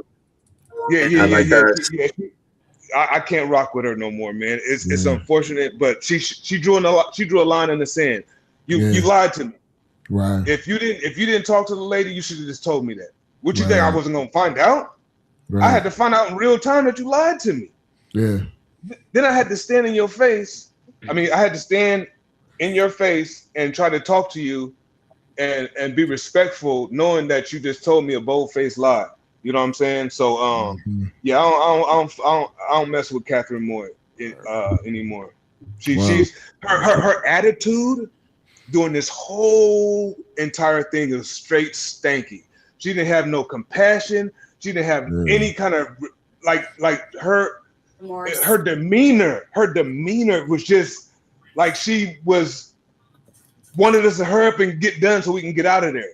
And then when we was done, just went on to the next topic. Right. We was in there over 2 hours, sharing how we felt, and she just went to the next agenda item. Didn't even have any recourse. We said no. Y'all ain't gonna just move on like that. Right. Y'all ain't after all this community poured out their heart to you. You don't have nothing to say. Right. There ain't nothing you ain't got to say sorry. You ain't got to say I feel you. Nothing. Oh, just to the next agenda item, man. Boy. Wow. I never look at her. I never look at her the same. So in watching that whole thing transpire, man, Larry. Which one? The first one or the second one? No. The one when Batman was there. That one. Oh yeah, that was the first one. Batman went in. Hey, bro, I love dude. Yeah. I love dude. Yeah, people out there making people was talking about why is he wearing this and it's supposed to be serious. I said, why are you worrying about what he's wearing? What he was saying was what you should have been paying attention to. Facts, bro. He was speaking truth. But hey, so I felt like the whole where she just moved from one thing to the next, it was just a transaction. That's how I felt. That's how I felt, man. I'm watching that and I'm like, so it was just a transaction to be heard, and then we're just on moving to the next one, bro. That's fucked up, man. You know what I'm saying? Fucked up. It's more personal than that. This is Fairfield. Oh, yeah. Right. This is your residence. What if it was her child? And that's the thing is on that fast?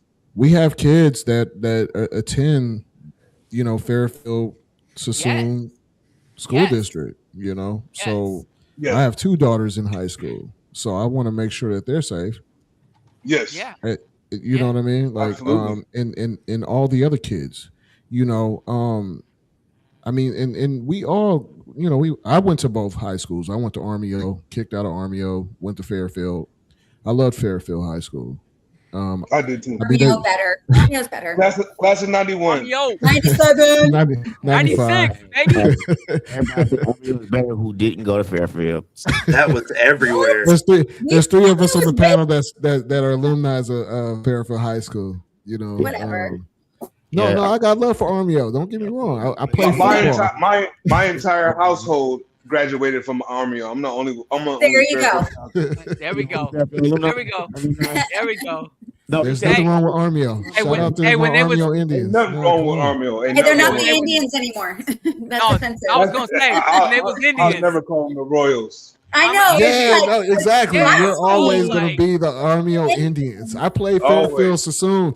I was a Fairfield Sassoon Pee-wees, like Indian, yeah. Indians, bro. Indian. Like, you know what I'm saying? Shout out to Jacoby Hill and Jamie Perez. I play ball with these guys.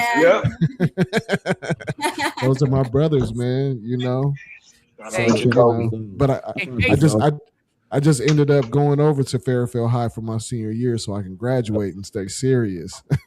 Pop says I graduated from, I went to Fairfield High my whole high school career. I love Fairfield. I say I'm class of '91. I didn't graduate, y'all. I got a GED, but if I would have graduated, class of '91. 91. No, that's all that matters, LP, man. Come on. Hey, you got it done, brother. Nobody. It still counts. 91. I'm glad you said that, Larry, because there might be people watching us who maybe don't know your whole story, brother. And I commented on a post you put on Facebook earlier, man, about your life and the beauty of your life, man. For anybody who doesn't know, Larry Bluford, he talks about how, yes, he was a troubled teen and he went to, prison and he got out and he made a beauty of his life, man. You know what I'm saying? He's a member of his community. You know what I'm saying? And he just, every day he's out here doing things for us as a community leader, as a mentor to these young people, man. And I want to celebrate you, sir, and I want to applaud you, man. Thank you. You inspire me, man. I appreciate that, bro. Thanks, Mike. And I'm wearing your shit right now, bro. I'm wearing your shit, bro. Real Bay Area. Yeah, that's what I'm talking about. There you go. That's what's up, Mike. Yes, sir. Appreciate the love, Cuddy. Oh, man. That's dope. Thank you, bro, for being my waist shower, man. I appreciate you, man. No, I want to tap in and share something, like, because I'm gonna have to dip out here in a minute. We're gonna be wrapping it up tonight, but no, go ahead, A2.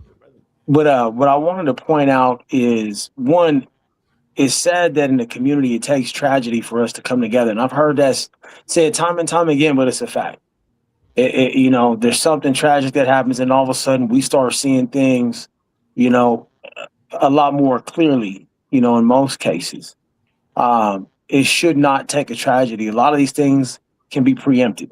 You know what I mean? If we're coming together a lot more. And most of the time, the reason why we don't come together is because we live in a very divisive society.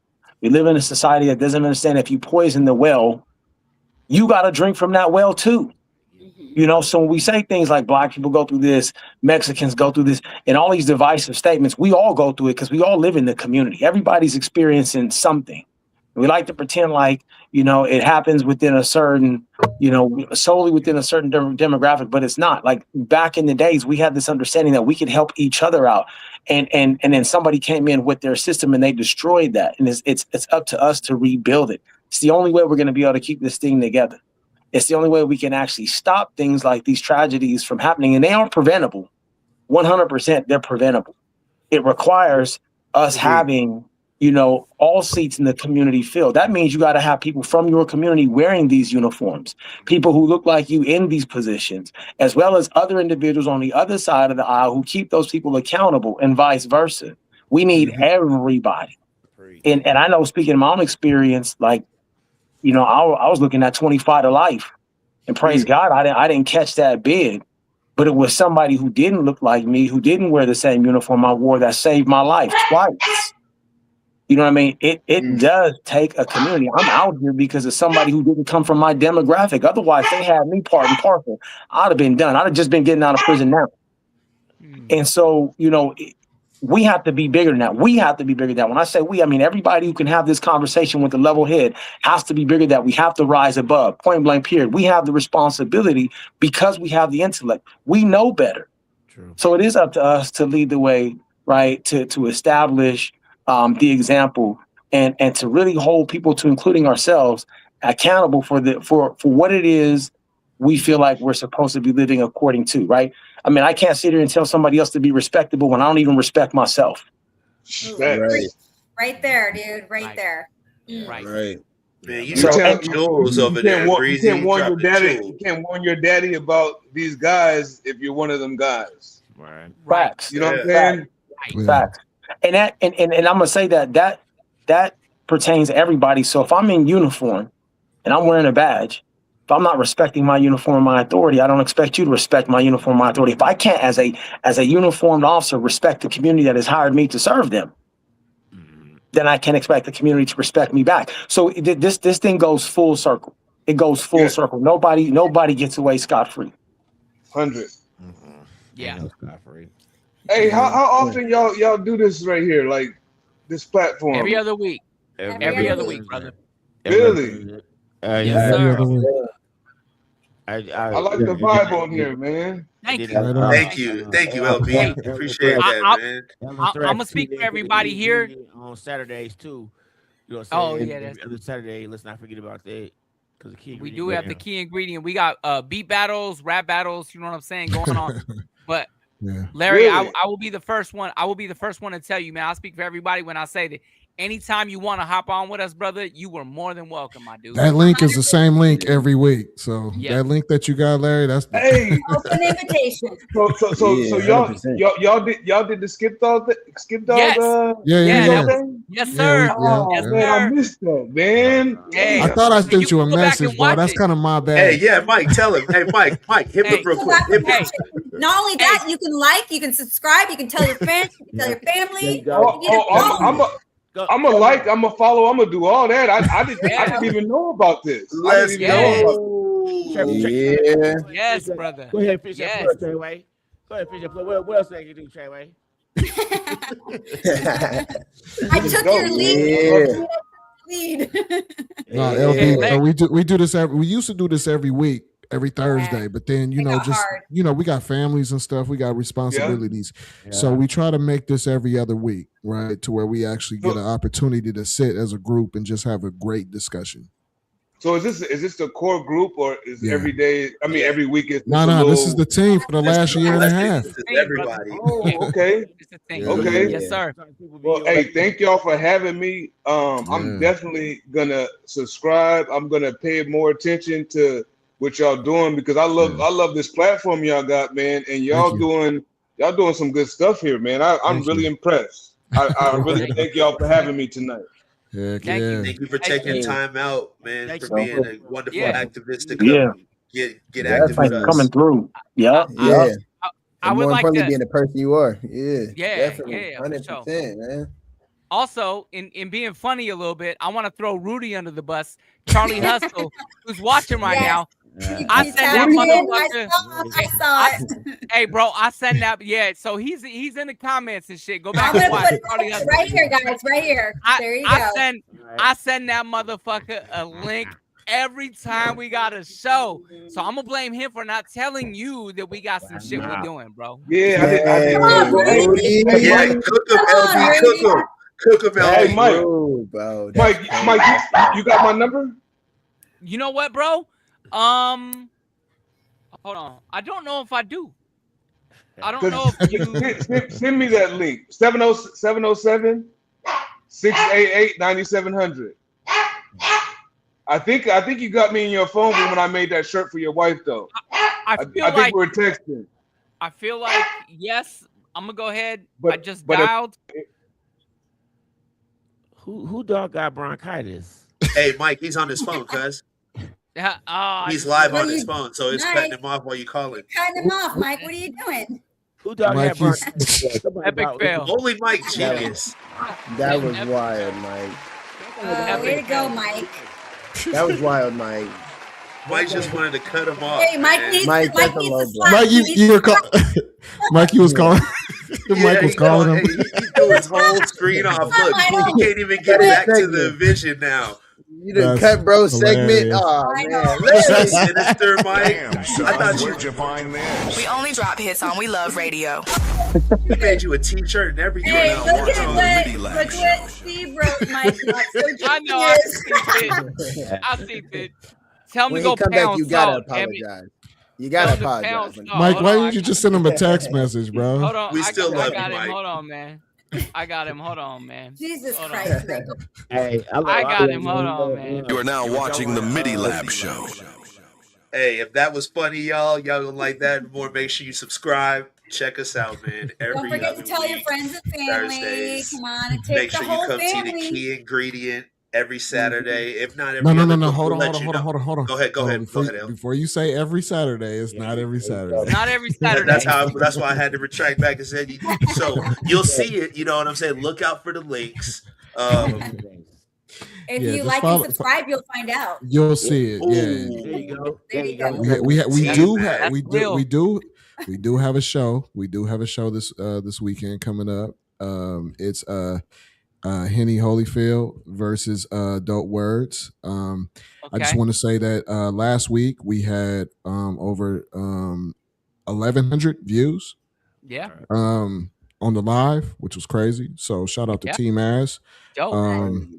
He's back. Shout out to Oh, cool. Yeah. Awesome. Yeah, no. My bad, brother. My bad, man. I was like, hey, we gave him a hard time, LB. We gave him a hard time. We're like, bro, why would you call him right now? Oh, that's what did it? Yeah, you was live on your phone. So when he called you, it booted you I'm gonna off tell the y'all right line. now. Not the real genius. I've been drinking a lot of water, but clearly I've had too much of this while I was at it, so it's my bad, man. That doesn't sound like It's all good. Hey, but I would like to address something because I see Esteban M408 talking shit. Crystal's the real genius. I mean, is she is my is. wife? Do not Hold on, deny it. is my wife really that much of a genius if she married me though? That's my real question. That's all I gotta ask. Hey, Mike, you probably shouldn't have said that No on way. live, brother. Check the door behind you. Check the door. You're done. No, the door's fine. Door's fine. I can see it in my I'm texting her peripheral. ass right now. You're fucked. You're fucked. Oh, she's watching. She's watching. Don't worry. She's watching. Oh, Hey, there she goes. Oh, Still questionable. Yeah. There we go. She didn't even have to come in the door. Hey. So what's planned for the week after the next? What y'all got going? The Juneteenth week? That is Juneteenth, huh?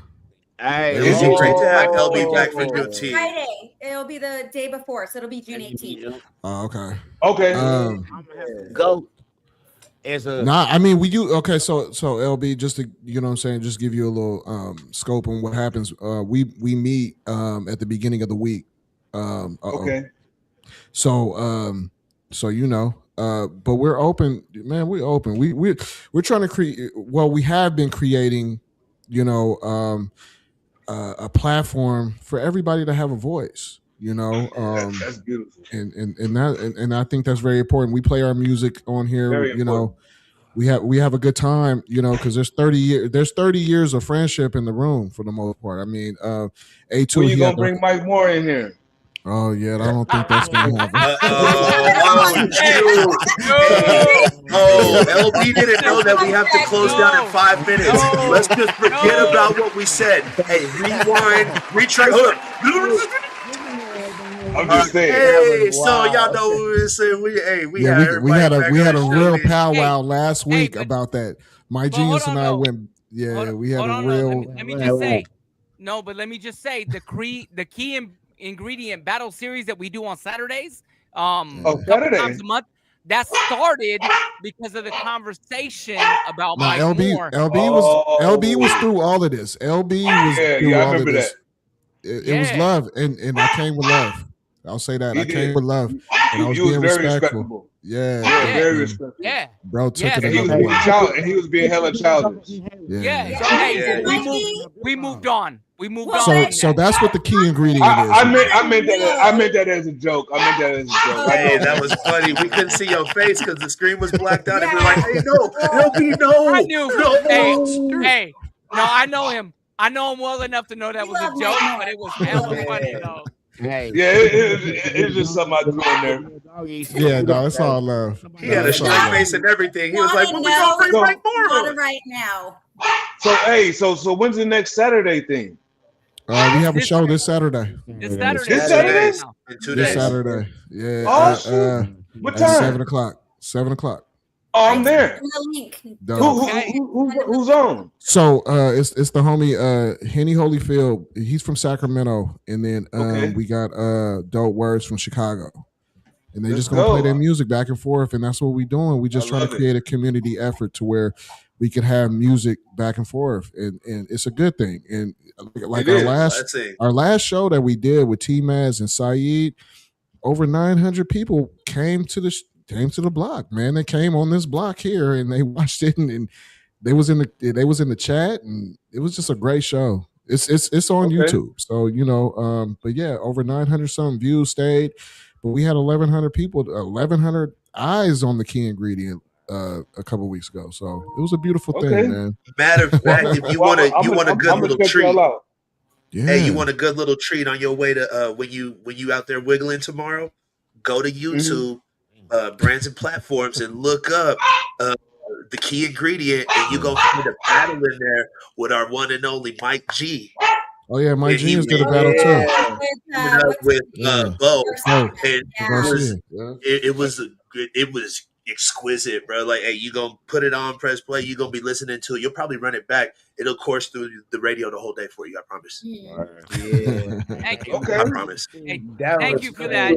Thank you for that, Jack. It was a fun That was a experience. good battle. Yeah, thank There's you. a battle there from the Flash too. There's a battle there with Pizzo and Skip Dog. Oh yeah, Pizzo and Skip Dog. That was a big one too. Shout out. Let's not forget the one with Gina too, man, because Gina has been over here supporting us, man. Yeah, shout out to Gina. That's bro right there. Yeah. First episode when you've been on the creative ingredient, I've been appreciating you tapping in and being a part of the MIDI Lab. God bless you, brother. Thank you. And we got Dota Unknown in there too at one point. Yeah, we had some dope. We got some dope stuff, and it's coming down. It's coming down the pipe. We're gonna have some really dope stuff happening. So all right. I think we've been going. We waiting to see L. Hold up, we trying to pump up L. We want L in there soon. I'll be there soon. Yeah, we working it out to where I might be on there. We got Shill Mac on the way. We got L Fingers on the way. There's a few other. Shill Mac versus who? We trying to work that out. That was awesome the way he said it. Yeah, they gotta have a long catalog. Right. Right. Right. That's real. We trying to work that out. We got a few contenders. There's a few, but we trying to. I got hundreds of songs. I like it. Hey, look at his face. He not playing. Who said that? They got hundreds of songs. 18 Rabbit. 18. Okay. Okay, 18. I'll get familiar. I'll get familiar with y'all, man. I do a lot of stuff around the house to where I could just take y'all and put y'all on the monitor and do my pressing, man. It'll give me something to entertain me while I'm working. You know what I'm saying? Yeah. So Saturday, that's perfect for me. Okay. Yeah, we go live at 7. I'll send you the link, man, so that you'll have the link. Please do. Even if you want to hop in for a minute, it's a different link to hop in. This link right here that you jumped in on, you could use this every time, bro. You know what I'm saying? Okay. You can use this link every time to hop in.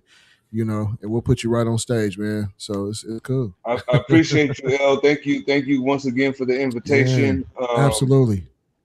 I won't have many more, as you know, Juneteenth is coming up. So after, I won't have many more Thursday meetings at Conflict with y'all Thursday meetings. So especially being that y'all meet every other week. So the last one y'all have is the day before our shit popped off. So it'll be easy for me after that. But I really enjoyed tonight, man. Yeah. This is really the subject we talked about, man, is really near and dear to my heart, man. I really love my community. I appreciate y'all that are concerned about not only your community, but concerned about receiving some insight about what was really going on in the situation with the young man, Maurice Williams. So absolutely, thank y'all for that, man. Thank y'all for allowing me to share. And man, I appreciate y'all. No, we appreciate you, and I know I seen the shirt circulating. Maurice Williams is my son too. If you want to tell for the people that's going to be watching the show tomorrow when they wake up, but could you tell them like where they can actually support the movement for the t-shirts?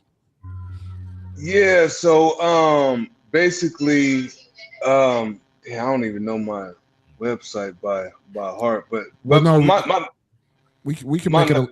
We'll make a description. We'll put it in the description. So okay.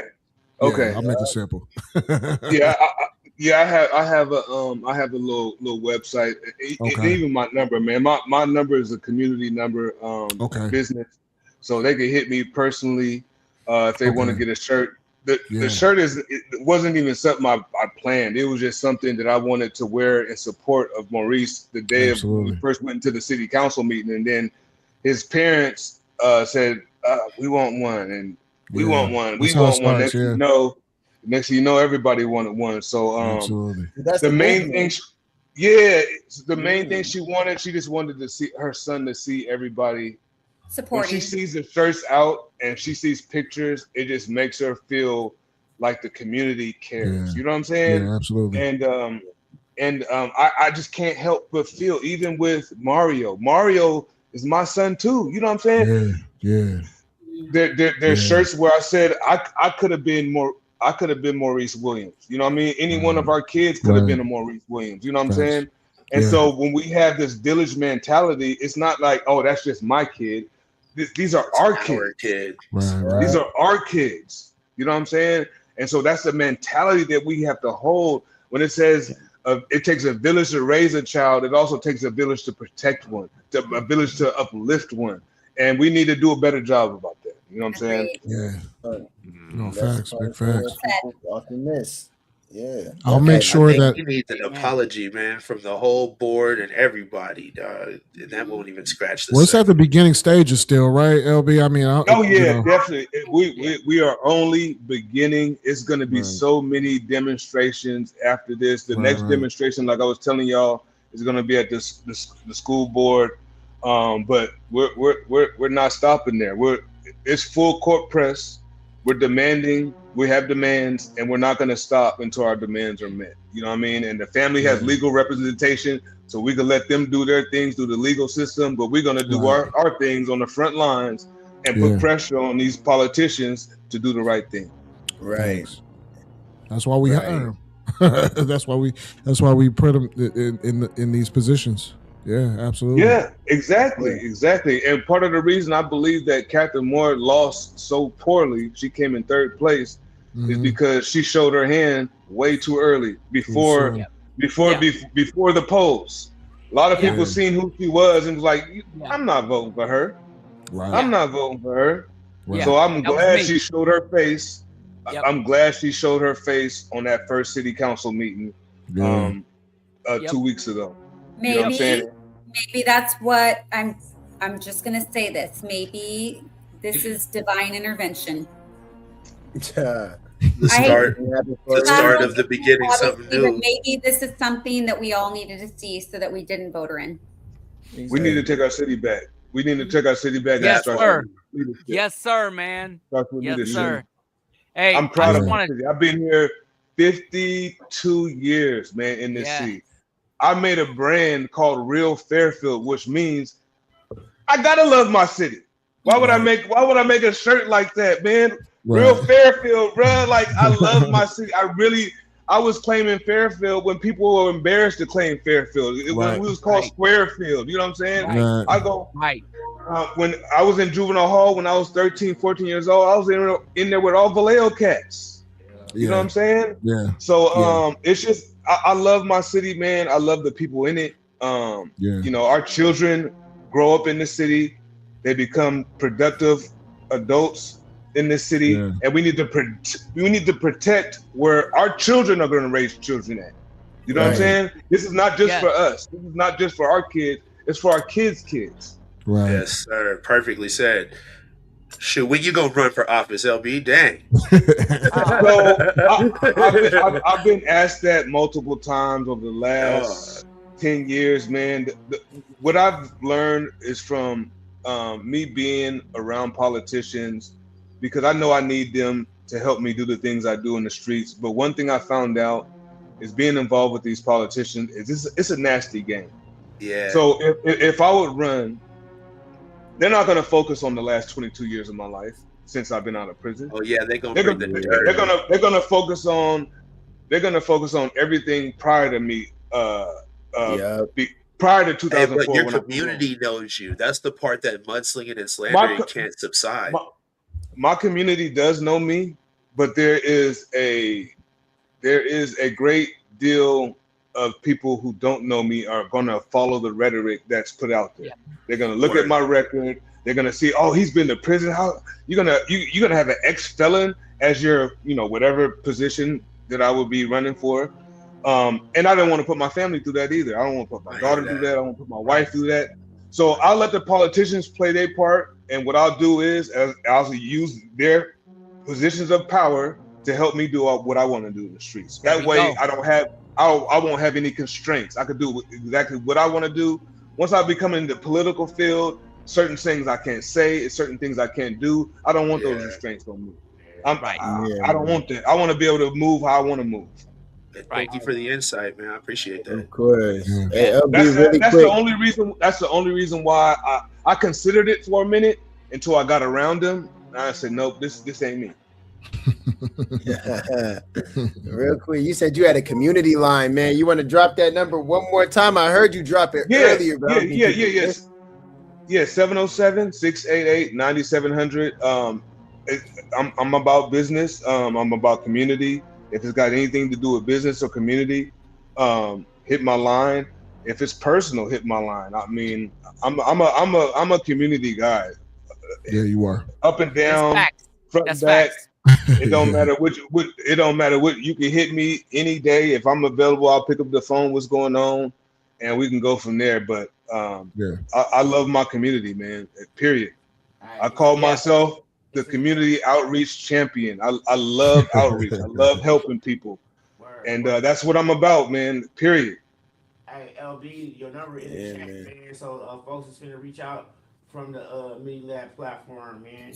I put it right? Did I put that right? 707-688-9700. Okay. That's it. Yeah, reach out to me. I got you. If y'all got any community stuff y'all doing, y'all need some help, I love to serve. I love to serve my community. That's what I've been doing for the last 22 years since I've been out of prison.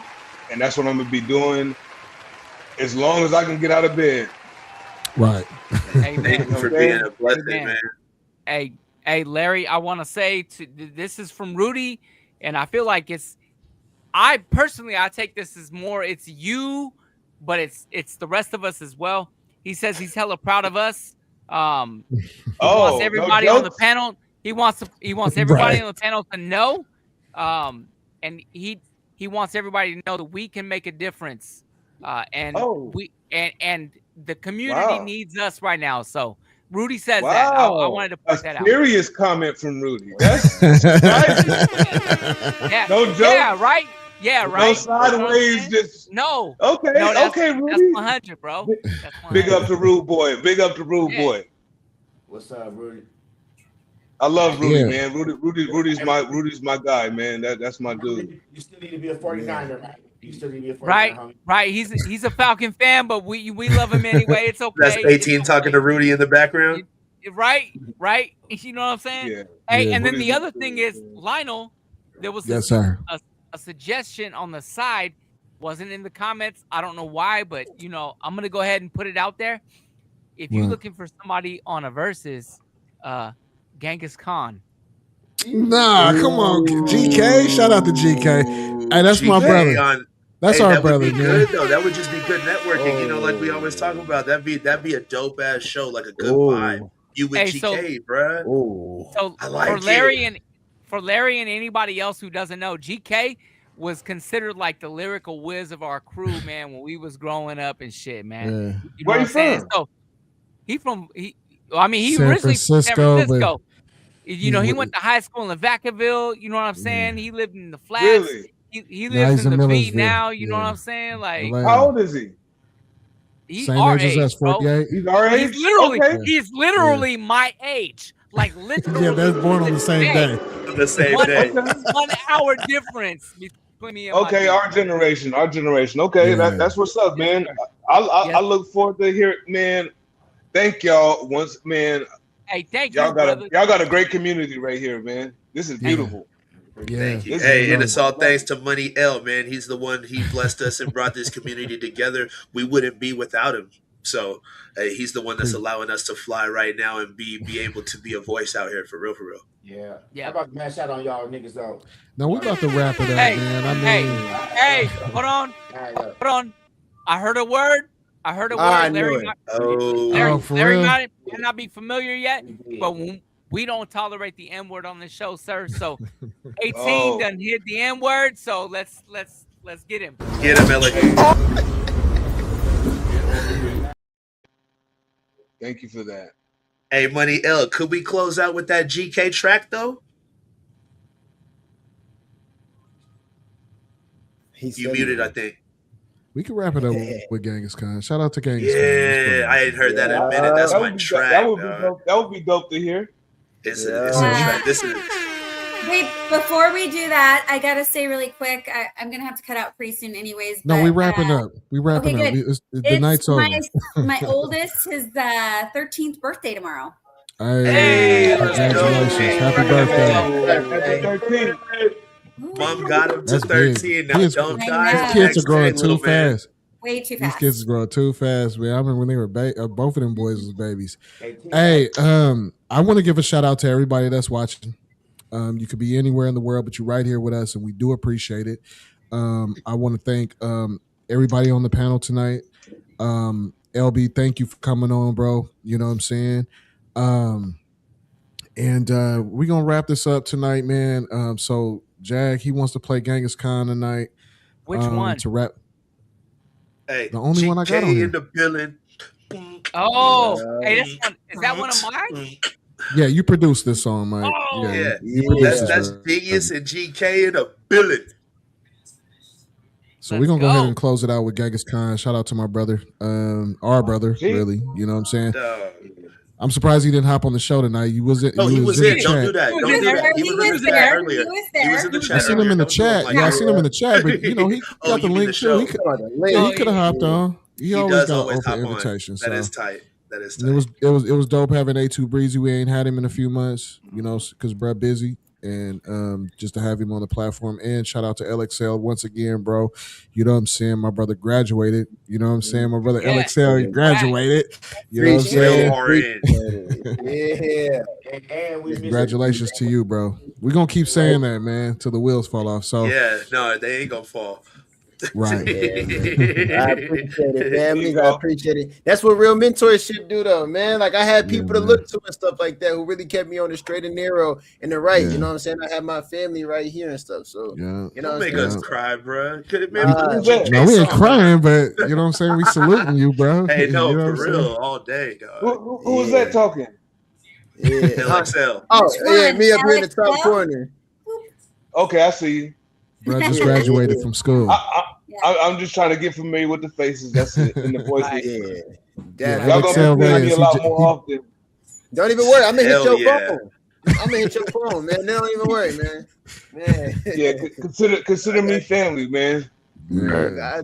Got you for sure, man. And bruh's out there in Detroit, close to near Detroit. So okay. Yeah, he's in the mid. And 18 is in Albuquerque. You know what I'm saying? So is Jaguar. He's in Albuquerque. Okay. You know what I'm saying? Oh, Tone down here right next to us in Cruces.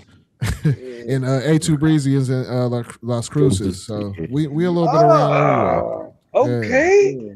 That makes it even doper right there. Yeah. Okay. 18, Mike Genius and myself, A2 Breezy, 30 years of friendship. Tracy just happens to be 30 years of family because she's related to Mike Genius. So she's just a bonus. Don't do her like Don't forget, we work together at McDonald's. Oh, God. Oh, that's right. She gonna HR your ass. Wait, we all started at McDonald's. Jeez. Where you at? Wait, what's your name? At McDonald's. She'll say nothing about how y'all got history before that. She's like, hey, we all work at McDonald's. Who? She's starting to sound like my man. Me, I'm up in Sacramento. Okay. And what's your name? Well, Tracy. But Treyway. Treyway. I like Treyway. That's our HR management right there. Compliance. Okay. Treyway controls the chat. Yes. Okay, perfect. Nice to meet you, Treyway. Nice to meet you too. And then shout out the chat tonight too, because they was turned up too. I gotta shout out everybody up in the chat because they was really cooking tonight with their insight, their perspectives and everything. So it's always a pleasure when y'all join us on a Thursday. Yeah, absolutely. Remember Saturday 7 p.m. Key Ingredient Battle Series is going to be a very great battle. Last show we had 900 people watching, or 1,100 actually. Between the two channels. So. That's a beautiful thing to have 1,100 eyes watching. So it's a blessing. So, it's a good feeling to see that, But But yeah, anybody want to add something before I start playing? We jam out. I'll play some Genghis Khan. Yeah, man. Hey, y'all stop hating out there, man. Start loving more, man. You know what I mean? Hey, Y'all that's facts. Show every other Thursday, and the key ingredient on Saturdays. Not every Saturday, but on Saturdays, y'all we gonna advertise it. Y'all tune in. Yeah, just hit the subscribe button. I'll make sure you'll see it. So Right. hit the subscribe button, the like button if you haven't. All right, let's go ahead and roll into Genghis Khan. And I want everybody to have a blessed evening. You know what I'm saying? Good night. What it do? Love, Lab brothers. Show. Love. Hey, Peace, King, let's Queen. turn me up a little bit. Yeah. Right there. Right there. If y'all don't know, Tell 'em y'all finna learn. That's how I get down. who the fuck I am. GK in the building. What? GK in the building. Yeah. Genghis Khan on time with the rhyme, no delay. Yeah, accept the mic like a baton in the relay. A young Don at eBay. He lying if he say I'm out of bounds, got both feet down inside the lines on the replay. All my niggas go hard, we riders like we, babe. Bring that shit back on fine on the DJ. Bring that shit back on fine on the DJ. Bring that shit back on fine on the DJ. All my niggas go hard, we riders like we, babe. Everything for sale, but you won't find it on eBay. I'ma ride till the beat break and supply 5 for he say. Cut niggas off top like Mr. Barber Beefcake. I'm raw, y'all suckers are soft. It's a slice of cheesecake. GK in the building. Mobbing is in my blood, but I'm not Sicilian. You feel me? Chameleon is more like it. You don't like it, 10 lens to come gon' strike it. Like on the pipe, that shit's fearsome, cause I'm a giant. You're damn right, you San Francisco and self-reliant. We never needed near nigga, man, to bring the fire. I know we hating, I ain't waiting, yeah, that nigga fire. Sucker, even your wife exposing you as a lie. Is it my attire or my swag, nigga, that you admire? Got you inspired to conspire to put out my fire. But I'm the big dog, so bow down and call me sire. I'm a whole nother breed, you much should aspire. It's gotta be in you, man, not on you. Let me tell you, you can't wear this. I should've known you didn't come up on no player shit. I'ma end it, so put your lips, don't even bother. Stay away from the niggas, you should've listened to your father. If you can't remember GK, just call me PG&E. With this specific gas, I'm electrocution on these beats. Prostitution on these streets since the days of old. California's the place, streets paved in gold. Come here to persevere, but the way was told. But it was never made clear that we would carry the load. They took them skeletons out the closet, man, and buried the bones. Niggas still waiting for them chariots to come carry him home. Keep your eyes on the prize, bruh, and turn the other cheek. A warrior's pride won't subside, so we ride in the streets. When I ride on the We only drop hits on We Love Radio. It's education for them folks that never heard of it. Cause every day, boy, you learn something new. And every hour, I burn 1 or 2. I ain't got no job. You are now watching the MIDI Lab Show. I'ma elevate my mind with this pound of the goo. I ain't got a lot of you, 100's the code. I keep 30 in the 40, man, and let it unload. And I got a whole nother 30 just to make it for show. Cousin patty cake, making the dough. 1,000 watts and 30 pots of perk, making it grow. Show me the money, cutty, for nothing letting it go. Yeah. I say fly like a G5 in the sky, make it happen. Keep niggas grounded, they can't take flight like Madden. You are now watching the MIDI Lab Show. The fathom, your bitch up on my tip like I just pulled up in a Phantom. It's only a Magnum, the candy wet though. She swinging from my nuts, I had to beg her to let go. 20 on the Petro, hit me on my Metro. If you looking for them ethos, I'm the nigga with the best quotes. Amongst the business to get your motherfucking chest broke. This the Bay, boy, the motherfucking West Coast. And niggas know that sourdough make the best toast. I fuck with soldiers, so you know I keep my tech close. They shooting dice, but I'ma stand under this lamppost. Can't take no losses out here dodging from the black ghost. Sideways up the strip, I got handles. The block on fire, hotter than a pan roll.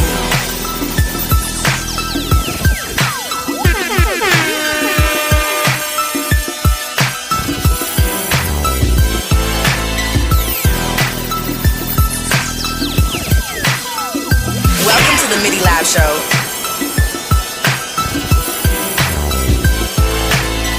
Damn, son, where'd you find this? We only drop hits on We Love Radio.